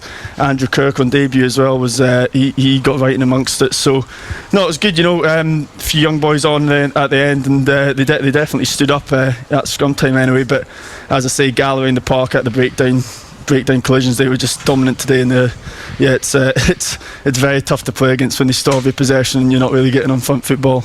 Good to get a game of rugby though, wasn't it? Because you haven't played since the 3rd of December, so 2 weeks off. But now you've got another couple of weeks off before January the 7th, and my goodness, that's a biggie. Against Ayr at home. Ayr at home, so it'll be an interesting one. Obviously they pipped us last time we went up there. We'll have I think we'll have the next few days off, and then straight back into it Tuesday, Thursday next week for a big game against Ayr. And I mean, realistically, if we want any hopes of promotion, then we're going to have to come away with 5 points that game, and I think that's going to be the same case for the rest of the season. I mean, it's tough to see where other teams above us are going to drop points, so we can start by putting one past there, and then just hope that we keep going. And as I say, we need to keep winning games with bonus points if we want any chance of getting up there, because Kelso are looking good, and we're going to have to keep the pressure on them, and just hopefully something gives. And you mentioned big games. Of course, you have to go to Poynter Park as well to face the team from this man here, Director of Rugby here, Kelso. I'm trying not to say too many nice things about them when he's standing here. It's going to be a cracker, that one, isn't it? Kelso Melrose at Poynter Park, particularly as you need. They want the revenge from the match which you beat them in. Yeah, of course. I think so. I think if they will, Neil watching that in these conditions, they'll be licking their lips. So we're gonna have to front up. We've got a big January. Every game's a big one, to be honest, to the end of the season. So I think everyone says that there's no easy games in national ones. So as I say, starts with Ayr, and then a tough trip to Aberdeen away. So I mean, there's no beating around the bush. You need maximum points every week, and just hope when that game at Poynter comes that we're going to be in a good place, and it could be all in line there. Well, I'm sure in a couple of weeks' time you'll be dying to get back on that pitch again, and of course we'll be there at the Green Yards for that one. But thanks very much indeed. Donald Crawford joining us from Melrose, of course, and Melrose not quite getting over the line today. It was a big win for Gala, and I'll just bring Bruce Millar back in again. You're very different, aren't you? In fact, how on earth could I possibly get that wrong? But of course, all being well, you'll be calling that one, and that's a real mouthwater, isn't it? Yeah, it is, and you can almost sense it. We've said we're only halfway through the season. There's an awful lot of games still to be played, but the fact that Kelso are sitting there, you can already tell the way Donald Crawford's speaking there that they feel they can't lose. They look at Kelso's fixtures and they won't expect them to slip up in any of them, I don't think, and they'll be sort of eyeing up that return fixture as almost a decider, but they have to be close enough that a win would allow them to sort of leapfrog Kelso, and so they're feeling that pressure that not only do they feel they have to win everything, they have to win everything with a bonus point just to stay in touch with Kelso at the top. So it's a nice position for Kelso to be in. And of course Melrose were docked at 2 points as well during the week, which again could come back and haunt them, as Bert Grigg said, and he put his hand up, fair play. He said that they did wrong, he did wrong, they got the 2 points, take it on the chin, now we move on. But it also means that they have to literally get bonus point wins. It doesn't, and he'll be annoyed at himself. I mean, it's a difficult, when you look at the laws there, and I'm sure you've already covered it, so I'll not go into any detail here, but I think he had said himself, he looked at it and thought, well, as long as I can replace one prop as well as the hooker, and the wording of the laws sort of suggests that, but it's at the first time of asking, and so he'll be annoyed, because any coach will go through their team before a game and look at just about every eventuality and go, okay, what if I lose my inside centre, what am I going to do, what if I lose my fullback, what am I going to do? And he'll have said, what if I lose my prop, but just didn't quite realise that's what the wording of the laws meant. So he'll be annoyed and kicking himself if at the end of the day that comes back to haunt Melrose. So for his sake, I hope that is not what decides the outcome of the National One Championship. Well, Neil, standing here at the moment as well, I mean, you obviously saw both teams today, and it is going to be huge, isn't it, this run in, and the fact that National One the last few years has been a really the gift that keeps giving, we keep saying, and it is. I mean, it really is very entertaining for the neutral. Yeah, I mean, it's a real dogfight. Last year there was same thing again, there was like 5 teams at the top all beating each other, and maybe this year it's maybe been closer to maybe the 4 teams, and you're looking at an away trip to Highland. We've got that coming up, which will be really, really difficult.